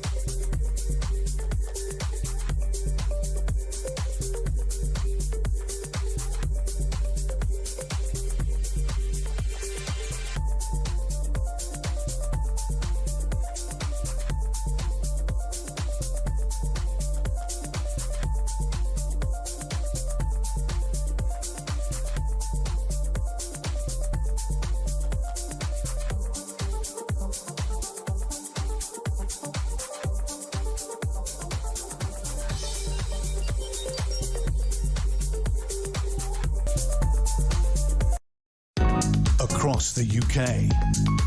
On DAB+, on your smart speaker, on your smart TV, and on your side. This is Talk. Just gone 10 to 9. Jeremy Curl on Talk Breakfast Home with Common Sense. I'm not going to tell you who's just sent me a message, but let's not forget, Jez, that Wes Streeting is also tied closely to Mandelson. More documents and messages will come out soon as part of the inquiry, which will surely not look good on him. So, our sources say it really is now or never for Wes to get in ahead of that, and also before Burnham becomes an MP. 10 to 9. Steve, good morning. He was great on Monday on the papers. Former Conservative Government Minister Steve Baker, good morning. Good morning, Jeremy. It's another day at the circus, isn't it? Jeez, man, I've had a Labour MP on this morning, Shojan Joseph, brave enough to come in, who told me, and I quote, Starmer's a good man, we've done an awful lot, and the economy's grown by 0.6%. I just want to do it differently with you. I was just merrily waiting on Wesley Watch, as I called it, and then 6:20 this morning, quel hurrah. Angela Rayner cleared by HMRC of deliberate wrongdoing or carelessness over her tax affairs puts her right in the game, Stevie B. Yeah, absolutely. And the Labour left are looking for an anyone but Wes candidate. They fear Wes as being on what passes for the right of the Labour Party. So they could well be looking now at Angela Rayner as the candidate of the left instead of Ed Miliband. But as I think Mel Stride said on your programme earlier, any of them would be a disaster. I've said before, I think Wes is probably the least worst. But it doesn't mean I think he's a good idea. But it is a carry-on now. I feel for His Majesty having a King's speech overshadowed by all this. But it almost doesn't matter what was in the King's speech because it won't get carried through until there's stability. So, yeah, a real carry-on. And Angela Rayner would, I think, be the candidate of the Labour left. Mandy in Essex. I mean, this is not the level of the people that are listening, but I love the honesty. Guys, I honestly don't give a toss who wins the leadership of the contest. It's like trying to pick your favourite venereal disease. God. Well, it's a good point. Yeah. You were quite into all the shenanigans and the comings and goings around Brexit. First thing I wanted to say to you was, how impressive was Kemi Badenoch yesterday? Oh, she was absolutely magnificent. Yeah, of course she was. She was stellar. And she really was authentic as well. She put it all out there and really went for it. And, I thought it was a magnificent performance and she was having no nonsense whatsoever. I saw that the pop star Nicki Minaj tweeted out that one day they'll make films about Kemi. And I think there's a good chance if she continues. Does it frustrate you as a Tory? And do you agree with my analogy that she is, sadly, it looks like the right person at the wrong time? Well, no, because she can make her own future. I mean, Leader of the Opposition is one of the very biggest platforms in British public life. People can see she's good. And what she needs to do, I would suggest, is put a fantastic team around her on the front bench and get the most out of them as well. And then we'll start rebuilding a reputation. But, the truth is the Conservative Party messed up on a number of fronts over. It's a toxic brand, though, isn't it? Like the Labour Party. Both are toxic brands right now. Fair point? Yeah, it is a fair point that we got a lot to get over after 14 years of a lot of disappointments through some very hard times, and that will have to be sorted out. But I think one of the problems we've all got to guard against is putting undue amounts of hope in any particular individual or any party. I mean, you put it very well on Monday. Someone needs to say, these are tough times. We've been spending too much money. We're going to have to cut spending and go for lower taxes and growth. You put it particularly well, the need to front up to the honest assessment of the situation we're in. And I think if Kemi does that, as she said she wants to, if she puts the right team around her, I think she can rescue the Tory party by the next election. But I think the British people are fed up with being, I hate the phrase gaslighted because I'm too old, but, I want my politician, I'll repeat what I said to you on Monday, to go, look, times are bad, there's my plan.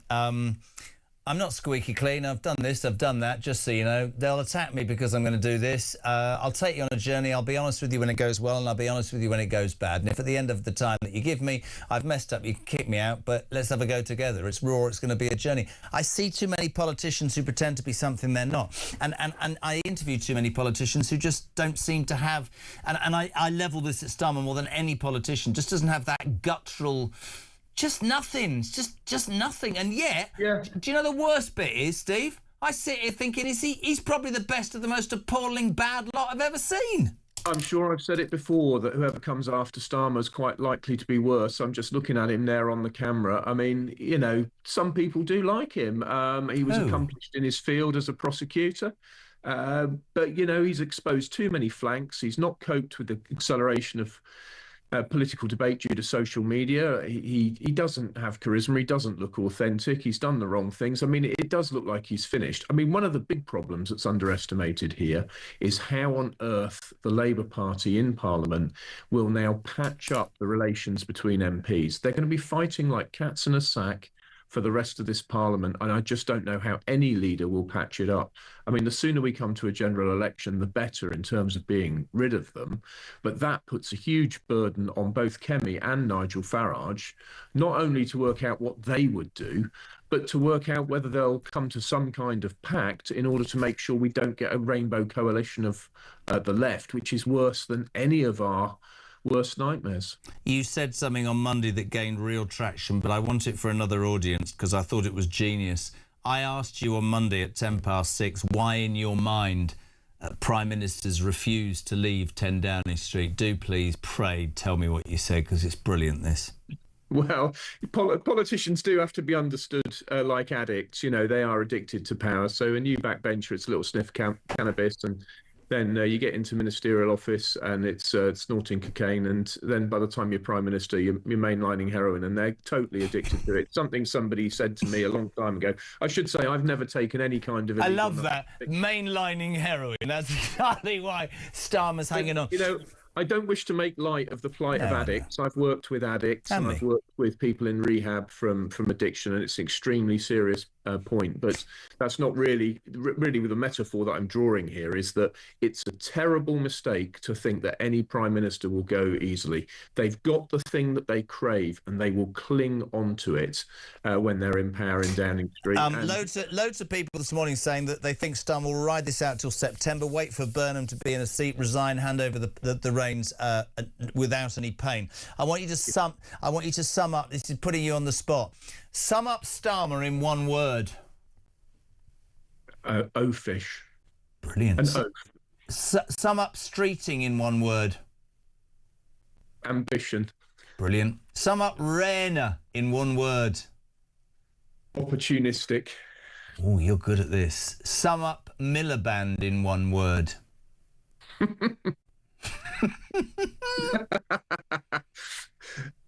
Ignorant. Ooh, and finally... Oh, I don't like to say that. That's because he does not understand. Burnham.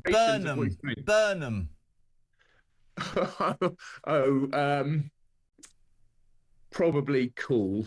Steve Baker, you always have a place on this show. We love you so much indeed. Thank you so much indeed for coming on. Former Government Minister Steve Baker, live and exclusive, almost 9 o'clock. We will start the next hour with another Starmer supporter coming back.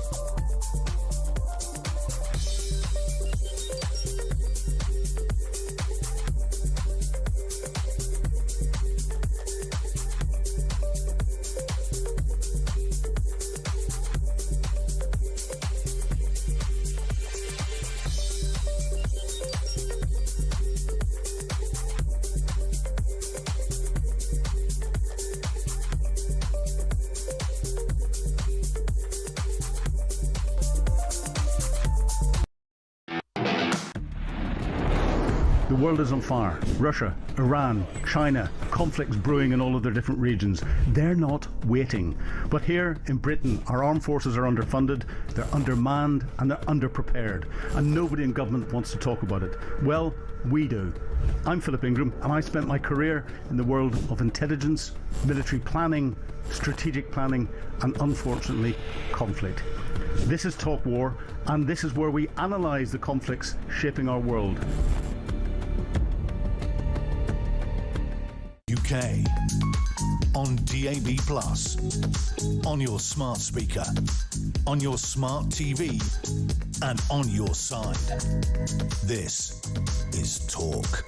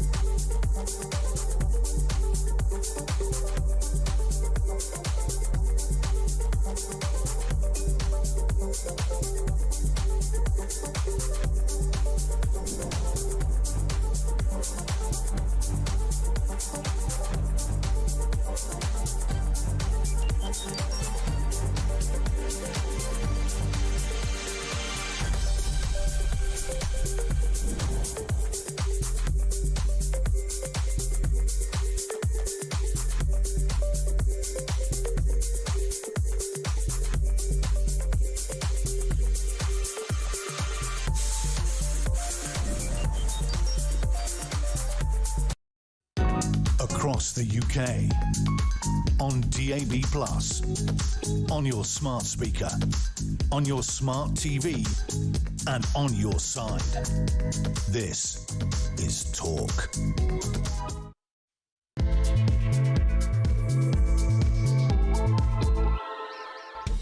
Hey, very good morning, welcome back or welcome along. Just gone 9. This is the home of common sense and the home of the alarm clock. Brit, JK till 10.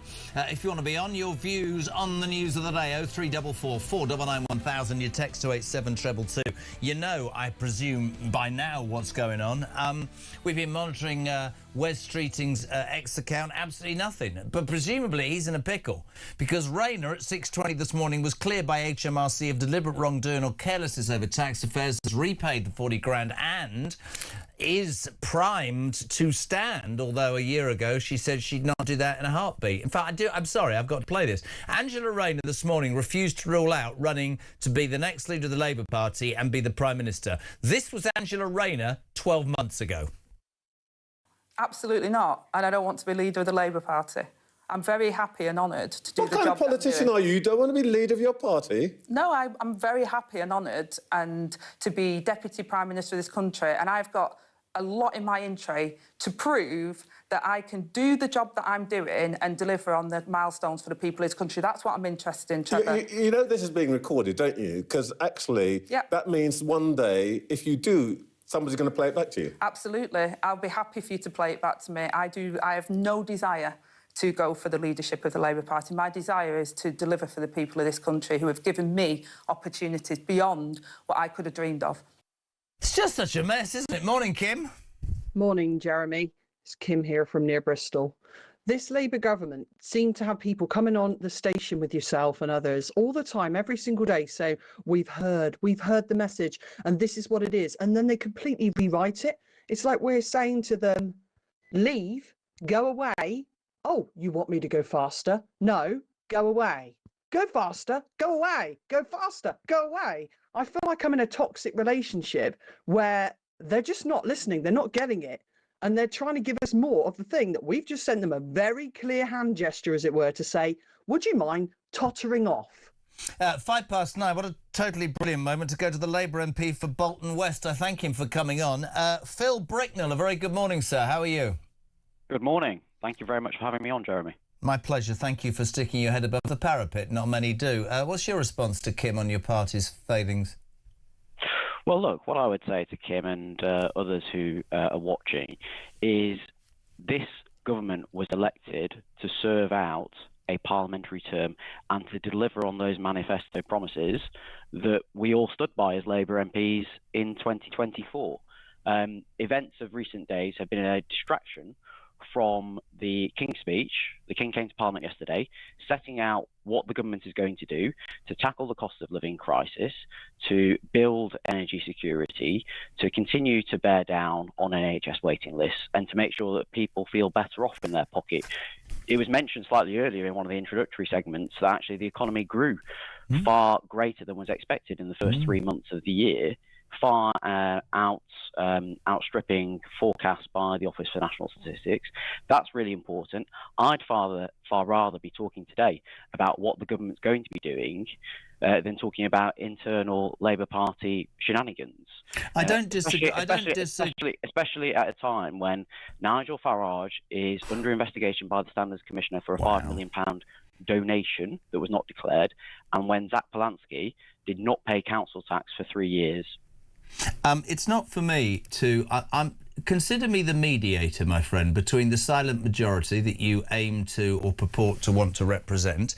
It's not for me to sit here and defend Nigel Farage or Zach Polanski. It's an interesting thing that within 2 sentences speaking to anybody from Labour, that's what I get. Let's talk about what you talked about. We were elected for 5 years, absolutely, to deliver on a manifesto and promises we made. What about the things that have been brought in that have caused such anger in this country that were never in your manifesto in the first place? Let's start with 10 million pensioners who, categorically, I know there are pensioners who do not need that heating, but the way that was brought in has alienated an entire demographic from the Labour Party. You have to admit that. Well, look, I think it's fair to say that ministers have said on the record that the government has made mistakes, and they accept that, and they've learnt the lessons from those mistakes. There are always going to be... I think that's the point, Phil. I'm not arguing with you, but I think the point is that, and she said it, and I will put this to you, have they learnt from their mistakes? Because, I mean, I've got a whole list, and I respect you enough. I'm not going to throw the same list out again, but it seems to be, whether you're a waspy woman, a farmer, a pensioner, and don't get me on the veterans, because I will look you full square in the face, man to man, and I respect you coming on. The Troubles Bill is the most disgusting thing I have ever heard any political party do. If somebody that I knew or a relative had donned a uniform 30 years ago and was being told by your party whilst I sit in a retirement home I could be prosecuted whilst giving immunity to the IRA, I think, I'm being straight with you, Phil, I think that is disgusting. Those are the sorts of policies that have alienated swathes of this country. It's not about Farage or Polanski, it's about stuff that you didn't say you were going to do that they have put through. How many have been mistakes in your mind then? Well, I'm not going to relistigate every single policy announcement that the government's come out with over the last 2 years. What I will say is we've got to set the context of where we are with the public finances. The fact of the matter is that we inherited debt that was almost 100% of GDP. We're spending £110 billion a year servicing because you that keep debt. borrowing that money. Means that you keep borrowing money. That is what we inherited. No, right. Okay, so help me on this, because I haven't spoken to a Labour MP for years. How much was the black hole? Can you help me out? How much was the black hole when you came to power? There were £22 billion of unfunded spending commitments that we inherited. Okay. The Chancellor was clear on that. 22. Now, those commitments and the fiscal position that the Chancellor inherited bind her hands. Now, the other thing I will say is, as a son of a veteran who served in Northern Ireland, I take my responsibilities to veterans up and down the length of this country extremely seriously. The bill that you talk about has passed second reading. That is an introductory debate. It has not passed Parliament. We will continue to discuss it as it works its way. Did you vote for it? Parliament. I did vote for it at second reading to allow that discussion to continue. And I have no doubt that the government will be bringing amendments forward to it, having listened constructively to members of the veterans community. OK, let me jump in. Let me jump in and talk to you about your £22 billion black hole and make it relative to what's happening, the circus that is this government right now. I don't know whether it was 11, 16, 22.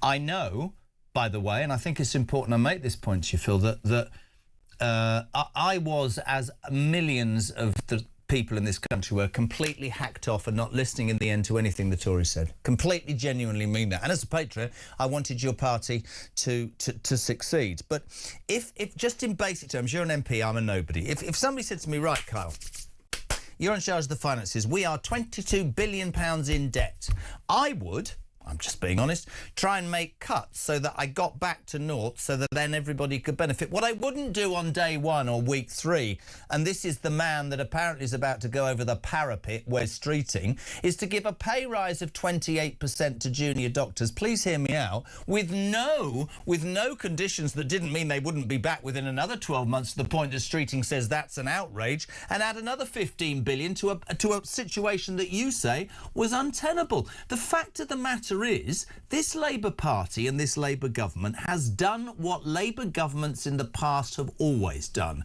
which is to spend other people's money and then go, oh, how can we afford that? By raising people's tax. Austerity, I don't have to agree with austerity. I was brought up by a mum who had ins and outs and you had to balance it. Your party has always spent what it hasn't got. Inflation rises, unemployment rises. You have to be honest. 0.6, I give you that figure this morning. But economically, what you've done in 2 years, you've stripped the hospitality units, you've destroyed a lot of small business by the NI increase. And here's the thing, for a man who spends a lot of time in Newcastle, going back on Tuesday, I speak to working people, mates of mine, right? From nowhere. And they do not even mention the Labour Party representing the working man and woman anymore because they feel betrayed by you. That's just my view, my friend. It's just my view. Yeah, and we can agree to disagree on that. Look, as the first person in my family to go to university, as someone who spent more than a decade working in finance, I'm more than happy to talk to you about the numbers day in, day out. But the fact of the matter is that the public finances were difficult coming in for the Chancellor, and we've got to be honest with people. Why'd you spend the money on the doctors then? What we can afford to do. Why'd you spend the money on the doctors? Because they're unions and they back you? No, because it was an unsustainable position and people were waiting months, if not years, to be seen in hospital, and that was an unsustainable position. And you've seen the Health Secretary be very clear in saying to the BMA over the past few months that their demands for further pay rises to the tune of 35% are not sustainable. Why didn't he put that in the original deal 12 months ago, like any good CEO would? And he wants the top job. Because we recognise that there has to be a trade-off in politics. There always has to be. There is an upside and there is a downside. Okay, let's talk about money then. Why did you give the Chagos Islands and £16 billion away? Hang on. If I can just talk about the point that you made about economic stability. Yeah. Let's be true with people about what we saw. We saw 6 consecutive interest rate cuts since the general election, overseen by Rachel Reeves as the Chancellor, because we were firm with the fiscal rules that we came in on, and we made absolutely clear that growth and stability to the economy is needed, and that is paramount, and that is the first mission of this government. And that is right, because that's how you pay for public services, that's how you crowd in private sector investment, that's how you let the small business owner thrive, that's how you get more development on the high street, that's how you build back pride in communities. And that's really important, I think, for everyone to know that we have a top team that understand the importance of not pursuing a tax and spend policy, as you outlined, but actually supporting business to thrive and making sure that Britain is a country where no matter what your background, you can get on and you can fulfil your potential. Phil, the problem is, and listen, we'll agree to disagree, and I repeat what I said, it's important to get all sides. One of the criticisms of Keir Starmer is that it's robotic, and it's just... It's obviously something you all believe in, but it doesn't really answer what's going on for the people of this country. I can sit here and tell you many more policies that were not in your 2024 manifesto, starting with mandatory digital ID, but I don't want to get bogged down. I can have a different view to you about how you make business work. I can have a different view about Europe. I can have a different view about almost anything. But what I'm trying to say to you, perhaps badly, is it is not the Tories' fault. It is not the Iran war. There is a particular view of this Prime Minister and with it his administration, whether you like it or not, and however much it goes against the grain of the Labour ideology.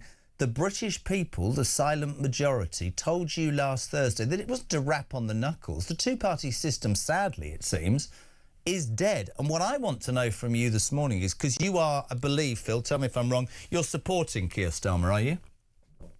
I support the Prime Minister. I don't want to see a leadership contest at this time. Well, patently what's going to happen is Wes Streeting's going to put his head above the parapet today. Earlier on this morning at 6:20, Angela Rayner, miraculously, I don't know how this happened, but HMRC have cleared her just in time to put her hat into the ring. We've got the self-styled King of Manchester, Andy Burnham. We've got a red Ed Miliband that nobody would trust. Don't get me on net zero. We'll never speak again.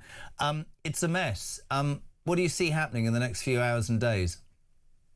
Well, I want to see us put country first and party second. Well, that's what you said, yeah, but that's not really That means not having a contest now. That's why I signed the statement that was agreed by more than 110 backbench members of Parliament and PPSs that said we don't believe now is the right time to have a leadership contest.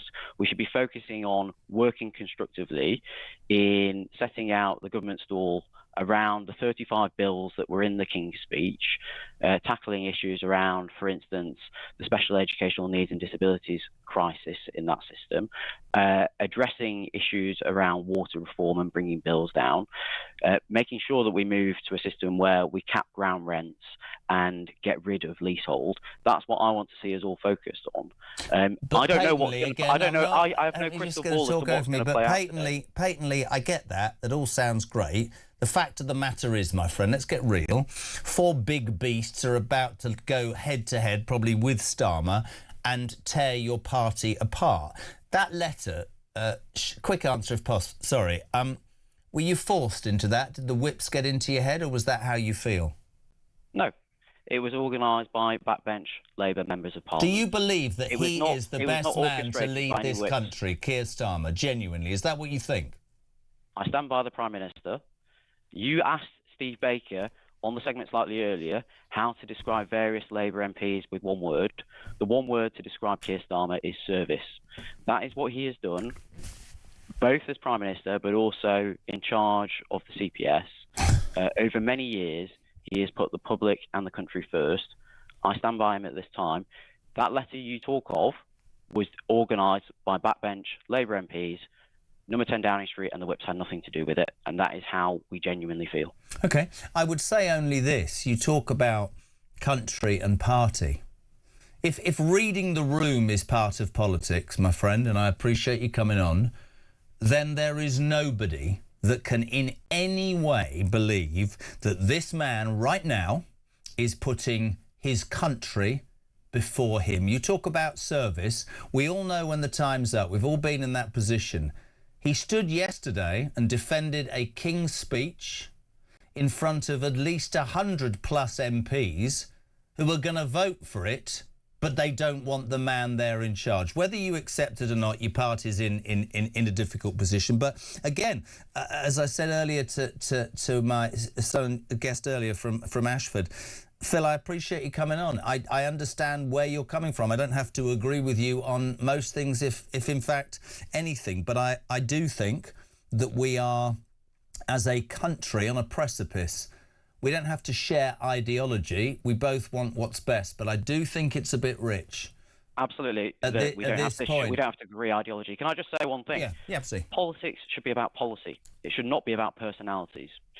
We shouldn't be descending into a discussion about Andy Burnham or Angela Rayner or Ed Miliband or Keir Starmer.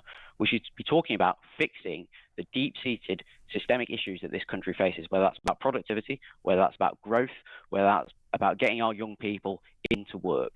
That's what my constituents want me to do. That's what I was sent to Westminster to do. That's what I'm getting on with. That's what I'm paid to do, is make sure their voice is heard down in Westminster. Not talk personalities, but solve those long-seated issues and make sure that this government and this country works for them. All right, mate, good to have you on. Listen, it's important to get all sides. Phil Bricknell, thank you, Labour MP for Bolton West, live and exclusive.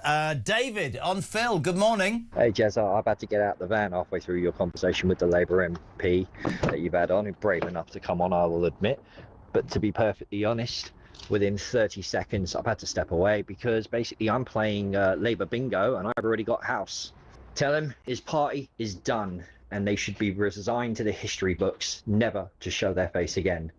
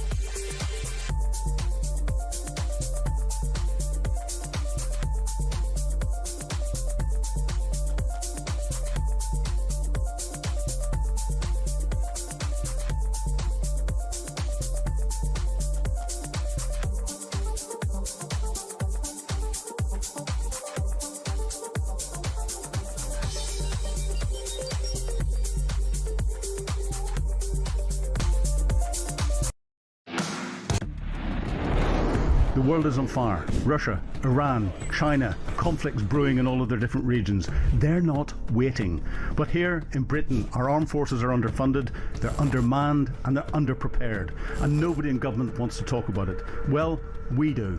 I'm Philip Ingram and I spent my career in the world of intelligence, military planning, strategic planning and unfortunately conflict. This is Talk War and this is where we analyse the conflicts shaping our world.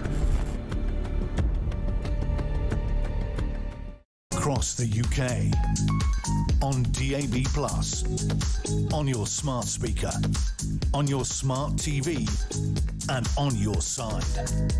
This is Talk. Welcome back. Interesting. Jez, enjoying this morning's show, and I've not seen so many Labour representatives on Talk over the past few years. It's like they're terrified and running scared, loving it.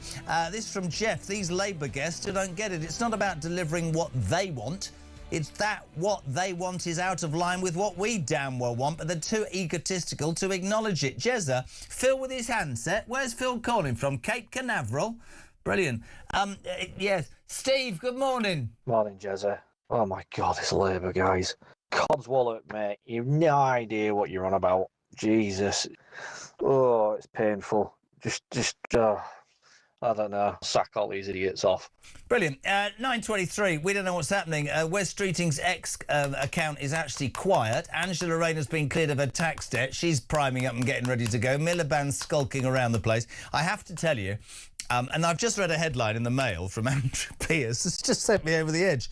The real reason Rachel Reeves is silent is because she wants her good friend Wes to make her Foreign Secretary. I'm sorry, I thought she was linked inextricably to Starmer. Anyway, listen, one thing that's come out of this whole mess is the incredible work this next guest has done. I mean, every day we put him on and he explains it. The response is phenomenal. Morning, Dan Hodges, how are you? I'm good. How are you? You're getting like some proper following, son. They're all like, get Dan on, get on. Listen, mate, amazing. So we came on this morning. I called it Wesley Watch after what you said yesterday. I thought the in and out of Downing Street was interesting. The optics were obviously what it was all about. Yesterday, we heard weird stuff. Number 10 say, we support our health secretary. Frankly, if it had been me, I'd have sacked him. And I come in this morning, lo and behold, 6:20, Rayner, little interview, cleared by HMRC of deliberate wrongdoing or carelessness and has settled her 40 grand in unpaid stamp duty. Convenient timing, isn't it, Dan Hodges? It's very convenient timing, as I said this morning. I mean, this is a very strange one because we were told, and I and colleagues actually reported towards the end of last year, actually, that Rayner's aides were saying she had been cleared and would be cleared by HMRC. But then we got in this strange holding pattern, and then lo and behold, today we get this announcement. I mean, it's obvious that she was told whatever the outcome by HMRC was a few weeks or months ago, and has specifically waited for today to make this announcement. I mean, I do think some people are still just slightly holding back, and we just want to see the details of what the nature of the settlement is. But also, I mean, I do think, you know, obviously Angela Rayner is saying she's been cleared of wrongdoing. For me on this, in relation to Angela, I think there is sort of the technical side about what technically happened, if you like, the HMRC court, and then there is the court of public opinion. I'm not entirely sure in terms of the, I mean, it'd be interesting to see what your viewers think, but I'm not entirely sure in the eyes of the general public, this is really going to significantly change much in terms of perceptions of Angela Rayner on the tax issue. One of the things that was interesting was that a number of Labour MPs reported that Angela Rayner did come up on the doorsteps in the local elections, and in particular, the tax issue relating to her. And I just think the perception is still going to remain amongst many voters, quite frankly, that she owed a particular amount of tax and she didn't pay it. Now, that may be unfair, and she may have been sort of cleared of any wrongdoing, but I'm not sure that necessarily equates to her being cleared in the eyes of the general public. No, and I have to tell you, really, to give you an idea, most people are saying, hold on a second, I've been trying to get £7 out of HMRC or pay them back 170 quid for the last 10 years, and the timing is fishy. The timing is undoubtedly politically fishy. I agree with you entirely, as do the listeners, that this was probably done weeks ago and she sat on it, which then again, you know, the headline is, I'm in the clear, I can stand. The detail, we had some lady on who'd worked in HMRC for 30 years. She said the wording's all wrong. I want to see a redacted copy of the letter. That might come out. What it says right now is, of course, on the day that we all believe, you told me yesterday, and I don't disbelieve it, that Wes Streeting will finally stick his head above the parapet. Lots of questions. Has he got the 81? Are they doing deals? And I'll try and make this as simple as possible. She's now free to run. Burnham hasn't got a seat, but he might have a seat. Miliband's in the background playing silly buggers. Nobody knows what he's up to. And Starmer's clinging on for dear life, still purporting, if you listen to his little fan there, Phil Bricknell, that, you know, he's putting country before party, which I think is an absolute joke. But your article today, I love this. The number 10 spin machine spent the day goading Streeting and Burnham, but that arrogance could be about to backfire, Dan. What do you mean by that, my friend? Well, there was a lot of surprise yesterday. I mean, including from members of the cabinet, at the tone that Downing Street struck yesterday morning, and indeed throughout the day yesterday. I mean, obviously, yesterday there was supposed to be this sort of almost like this sort of Christmas truce, if you like, because of the King's speech. But from the off, Downing Street came out with this incredible aggressive briefing, actively taunting Wes Streeting, actively briefing Wes has bottled it, he's not going to go for it, actively taunting Andy Burnham, saying he hasn't got a seat, he's not going to get a seat, he's not going to have a route back. And basically, and basically just absolutely machine gunning both of them at a time when a lot of people in the cabinet and some members of the Labour Party were saying, for goodness sake, let's just calm all of this down. Let's just let's just take the heat out of this. And I was speaking to people yesterday who literally said that by doing that, they basically pushed Wes Streeting into a corner, which is why today we are all expecting this challenge. Similarly with Andy Burnham, you know, there's been some questions about whether or not he's got a seat. Andy Burnham now has to demonstrate, in my view, that he has got a seat. I mean, I was speaking to MPs yesterday who have been speaking to Andy. Andy and his team have been saying to them the same they've been saying to the media. Don't worry, just wait and see. 100% nailed on. Andy's got a seat lined up. Andy's got a seat lined up. But over the last couple of days when people have been saying, OK, well, where is this seat? Yeah. There has been no answer. And would he win it? And would he win it, Dan? I don't care what anybody says to me. I'm not leaving that theory out there. Would he win it? Yeah, I think he would. I think he would win it. The reason I think he would win it is he and his team aren't stupid. So if they do have a seat lined up, I mean, this is what they've said to me. If they do have a seat lined up, obviously they have conducted private polling in the seat. Right. They've also looked at public polling in Greater Manchester, which is my understanding of where the seat is, and they are confident he would win. As one of them said to me, look, we're not just going to throw him out there. You know, if we thought he couldn't win it, we wouldn't be going through with this. So that's basically the current situation in relation to him. On what I wrote this morning about the taunting, I mean, I think there's a slight difference. I think Downing Street are going to be proved wrong in terms of saying Wes has bottled it. But I do think, in fairness to Downing Street, there are now doubts growing, even amongst Andy Burnham's supporters, about whether or not he is going to be able to get a seat. And if he can't demonstrate he gets a seat, that changes the entire dynamic of this whole leadership contest. Because at that point, the sort of wait till November argument, we need a contest where we wait till November, which is specifically designed to give him time to come back.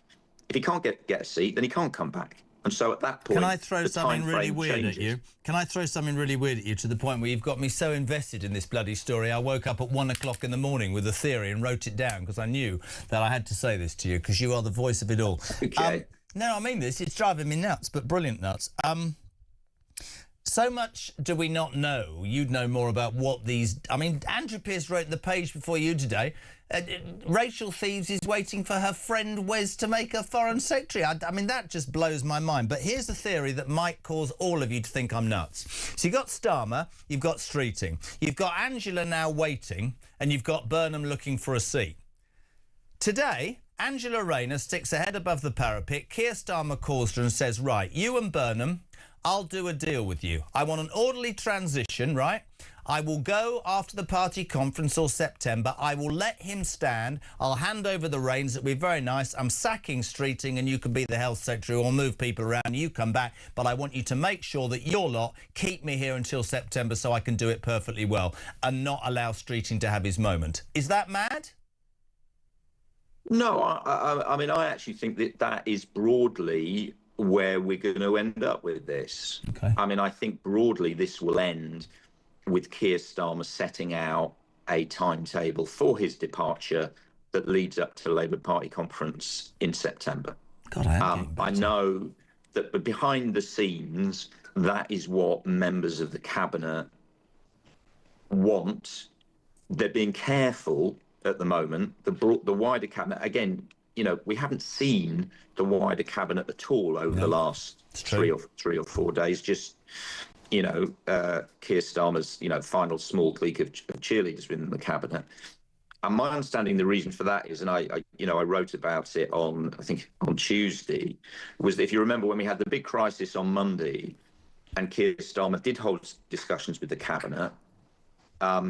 The conversation he had with Shabana Mahmood, in which Shabana Mahmood had said you've got to set out a timetable, leaked, was presented as her trying to force him out and other cabinet ministers trying to force him out. And he reacted to that, which is why we had that incredible cabinet meeting on Tuesday, where he just point blank refused to talk about the subject and said, come and have a go. If you think you're hard enough, you're going to have to drag me out of here. Yeah. So the cabinet, my understanding is the cabinet are trying to give him the space to recognise that the game's up and he has to set out a timetable. So I think that's where we will be. I'm not entirely sure about how that then goes in terms of the any cabinet reshuffle that might follow. In terms of what you were saying about Rachel Reeves, though, I mean, there was an interesting moment this morning. Rachel Reeves came out of number 11, first time we've seen her in days, to comment on the latest GDP figures. She gave, I've only seen a small clip, but she gave an interview to the BBC in which she specifically talked about her, Rachel Reeves, excellent management of the economy. She specifically said, because of the measures I've taken, the economy is now stabilised.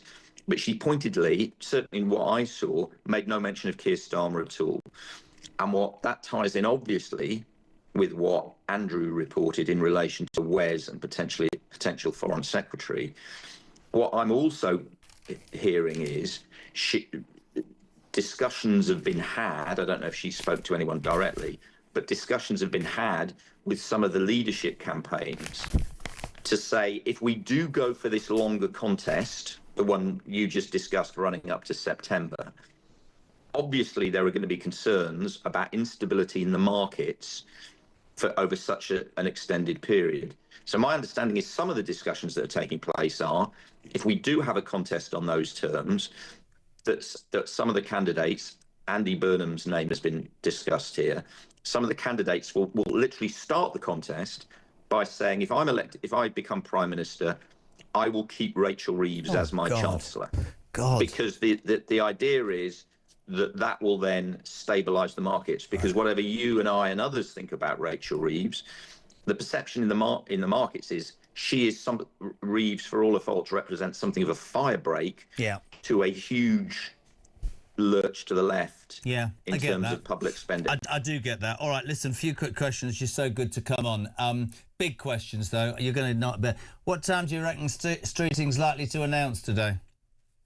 I have absolutely no idea. I mean, we've got an issue which is, my understanding is waiting list figures are due to be published today. I don't see any way that he can lead presenting those if today is going to be the day he resigns. I mean, he may have a strategy of saying, I will present those, underline my success as health secretary, and then resign. But that just seems a bit weird. So we're all just sitting here in a holding pattern, to be honest. Do you think if he resigns, he announces that he's standing hand in hand with that? Hand in hand what? With the I'm resigning and I'm standing for leader, or does he today say I'm resigning and in a couple of days? I see what you mean. That is a good question. My own view, it's very hard. He has to have a rationale for his resignation. Yeah. That rationale has to be a loss of confidence in Keir Starmer. So it then naturally arises from that he's running. If he holds back from the problem he's got is if he holds back from saying he's running, then speculation will mount that he doesn't have the numbers, which is obviously the line that Downing Street are peddling. But you're right, it is possible we could see him simply resign today, say, some formulation of language, I'm now going to discuss with parliamentary colleagues the next steps, etc., etc., etc. That's conceivable. Angela and Miliband will be watching the situation closely. And just one other question. I mean, I said my piece. I'd have sacked him if I'd been Keir Starmer. Yes, I'd have sacked him straight out, and I'd be reaching out to Angela Rayner if I was that interested in covering my own backside. Do you think there'll be a reshuffle on the back of this? And if so, do you think Mahmood will survive the fact that she was the one that stuck the knife in? But a very interesting question. I mean, Keir Starmer, in the wake of the local elections, I think probably in advance of the local elections, recognised that his political position was too weak for a major reshuffle. But obviously, if Wes Streeting does resign, he can't avoid one. What you say about Shabana Mahmood is very, very interesting because, as I say, Starmer is absolutely furious with Mahmood in what he sees as breaking confidences in relation to the conversation they had and framing it that she was trying to force him out. I do actually think that if we do have a reshuffle, her position is she is very, very vulnerable, simply because if he keeps her in place, again, it emphasises his own weakness. And it's quite interesting. This isn't clever. I just picked it up. Did you notice the only cabinet minister that didn't walk up Downing Street into that cabinet meeting on Tuesday morning? I did not. Which one was that? Shabana Mahmood was the only one. Yes. Well, yeah. I think technically there were a couple who went a different route. I don't think Yvette. Right. Cooper Okay, walked but up interesting, either, but, interesting that those two were the ones that it was reported were involved in going to him and telling him in whatever way, whether or not afterwards Shabana or anybody nearer leaked that out. Fact is that's the case. Dan, it's a fascinating. I've never been. Honestly, this is better than crack. That's a joke for anybody who thinks I'm being serious. Really appreciate it, mate. Great to have you on. We will keep watching and wondering what's going to happen. Check him out in the mail today. The brilliant Dan Hodges. What time is Streeting likely to announce? We all believe at some point today. At that moment, would he say, "I'm resigning" and leave it a couple of days, as Dan says? Would he stand? Does that mean Angela? Clearly. Fine now after HMRC. I've let her off HMRC, as she said. Miliband, what's he going to do? Reshuffle, Starmer, it's all going on to Talk Breakfast, 20 to 10.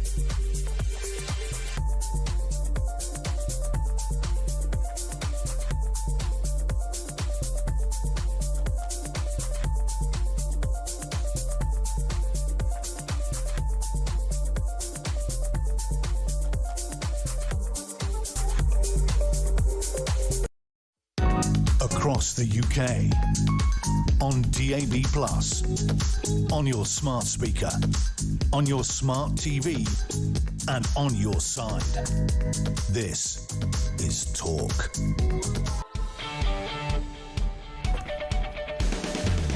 Welcome back. 18 minutes to 10, 80 minutes away from Julia Hartley-Brewer. She'll take you through the day till 1. Ian Collins from 1 and Drive from 4 with Kev O'Sullivan. We keep asking what will happen. Will Streeting resign? Will he resign and stand? Will Ange, who have been cleared by HMRC, will she stand? What about Miliband? Morning, Phil. Morning, Jeremy. This is Phil, flying from Durban to Birmingham.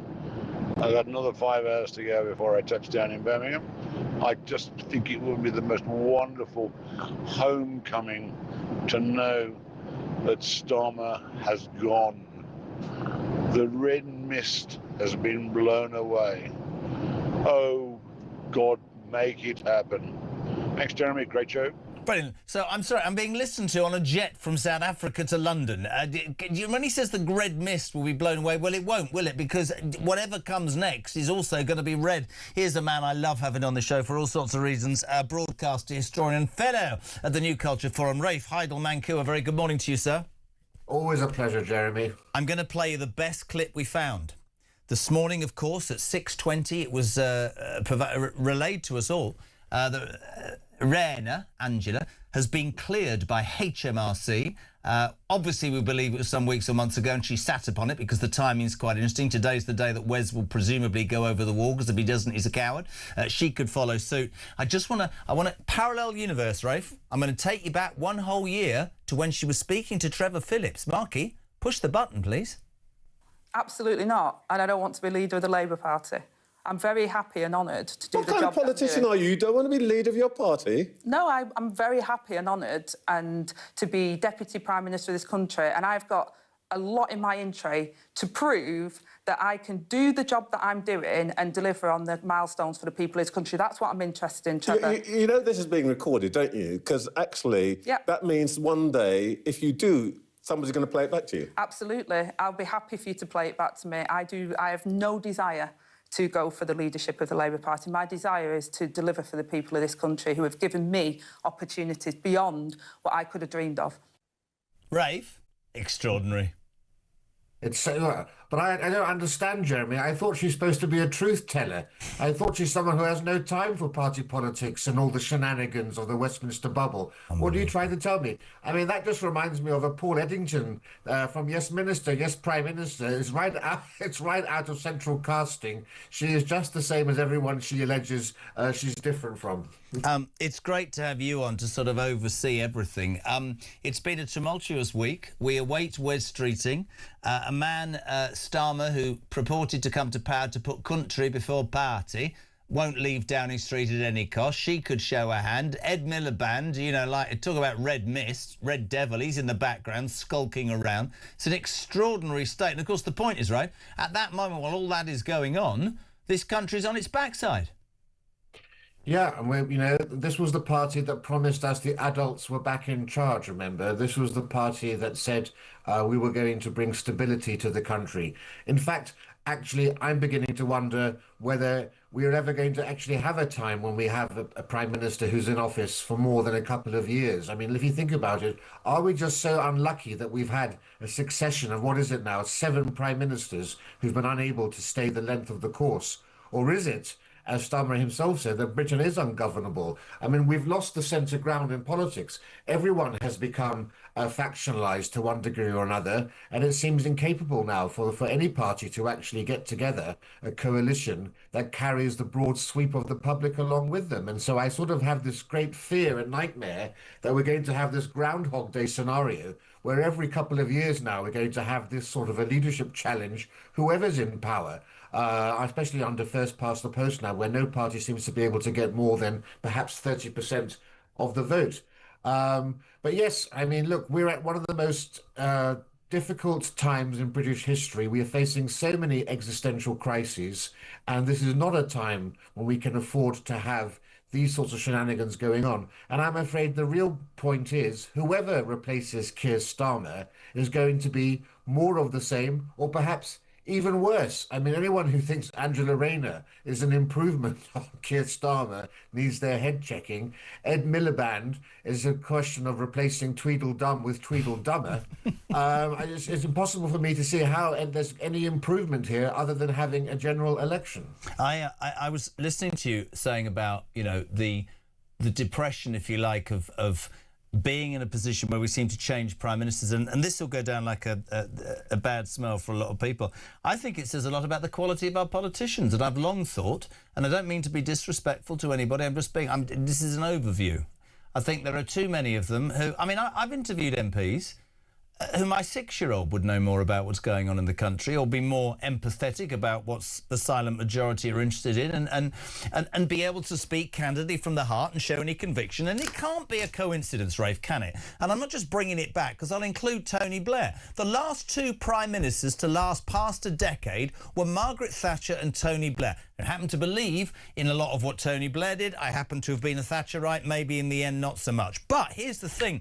They both did what I still believe is the only way politics can be done, which is to stand in front of the people and say, this is me, warts and all, made a few mistakes, done this, done that, not going to paint myself a squeaky clean, decided to give it a go. That's my plan. If you vote me in, I'll do it. There'll be days when it's crap. There'll be days when it's great. I'll be criticised and pilloried and written about in the paper, but I'm going to do this. And if at the end of 5 years it's good, you'll re-vote. If not, I'm toast. And I take that, but that's what my pledge to you is. I don't see that. I see politicians who only speak when a focus group says it's the right place to speak. I see politicians who change policy like that. What do we have? 16 U-turns from this guy.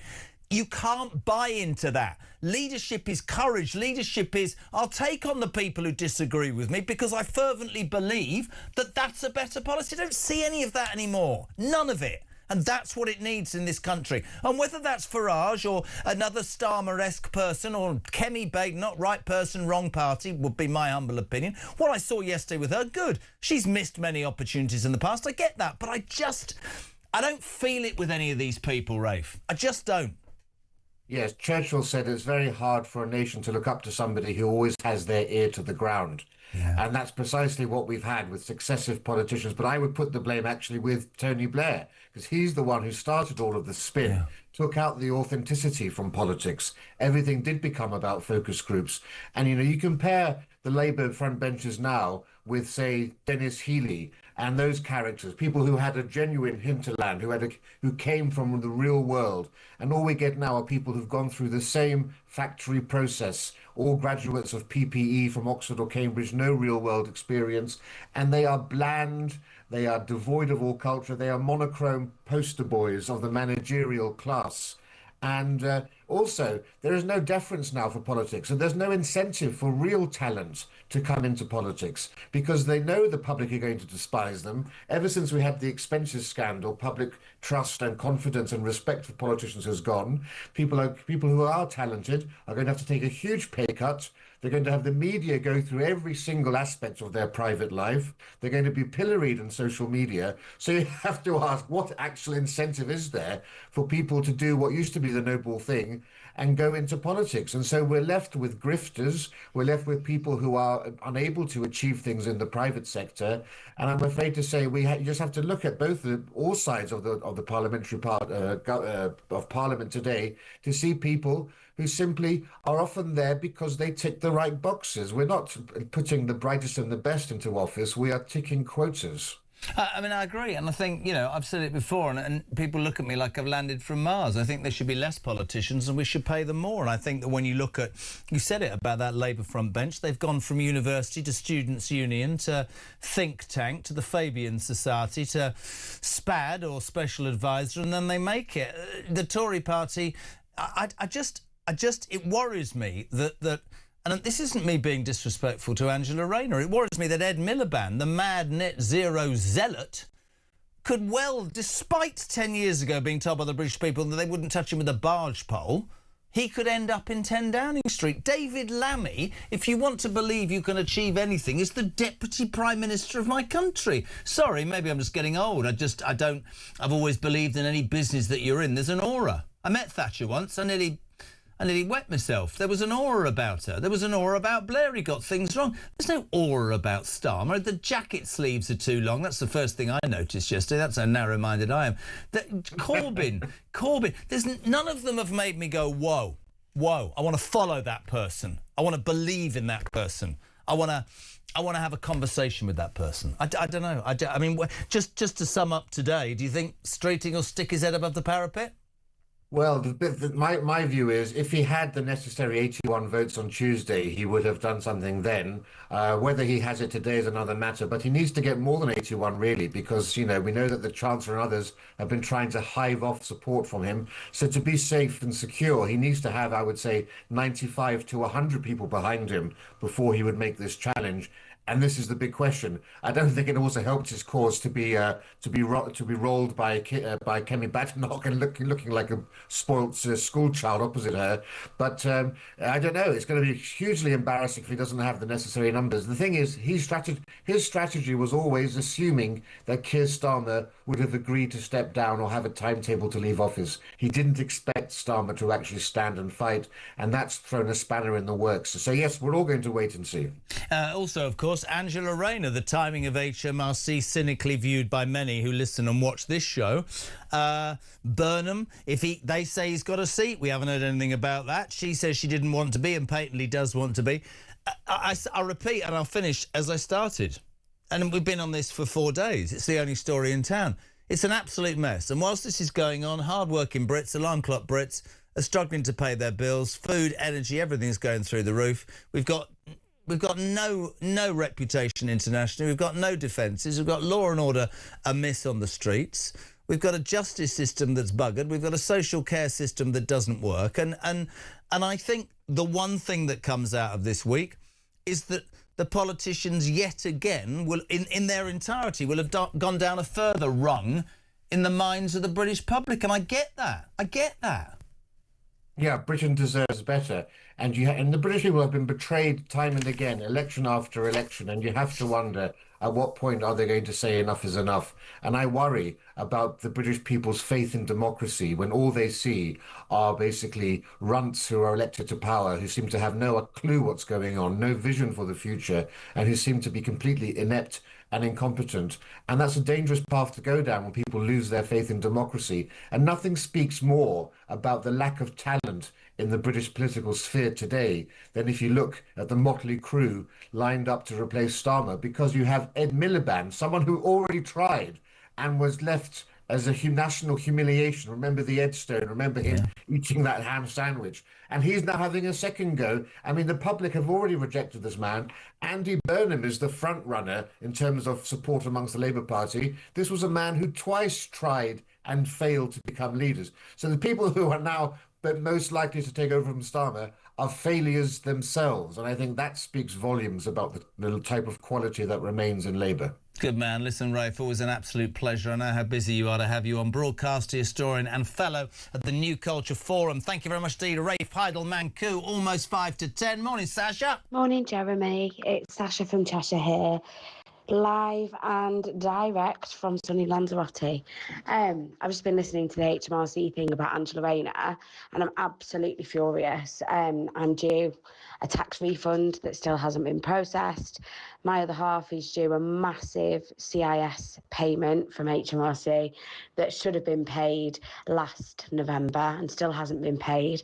And he's actually due another CIS rebate as well. And we've been waiting months and months and months and months, and we need that money at the minute. So HMRC being able to clear Angela Rayner at 6:20 this morning, when their offices don't open until 9 o'clock, has definitely been a bitter pill to swallow. Have a great day.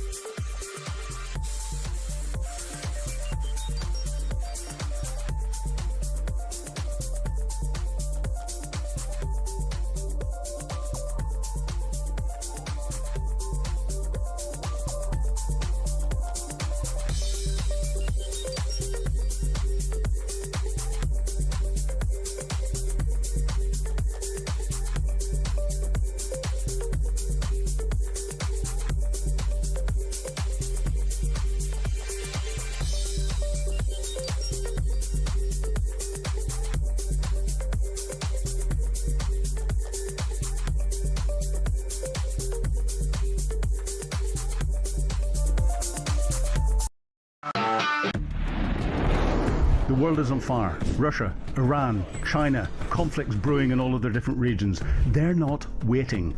But here in Britain, our armed forces are underfunded, they're undermanned and they're underprepared. And nobody in government wants to talk about it. Well, we do. I'm Philip Ingram, and I spent my career in the world of intelligence, military planning, strategic planning and, unfortunately, conflict. This is Talk War, and this is where we analyse the conflicts shaping our world. Across the UK, on DAB+, on your smart speaker, on your smart TV, and on your side. This is Talk. It sounded better.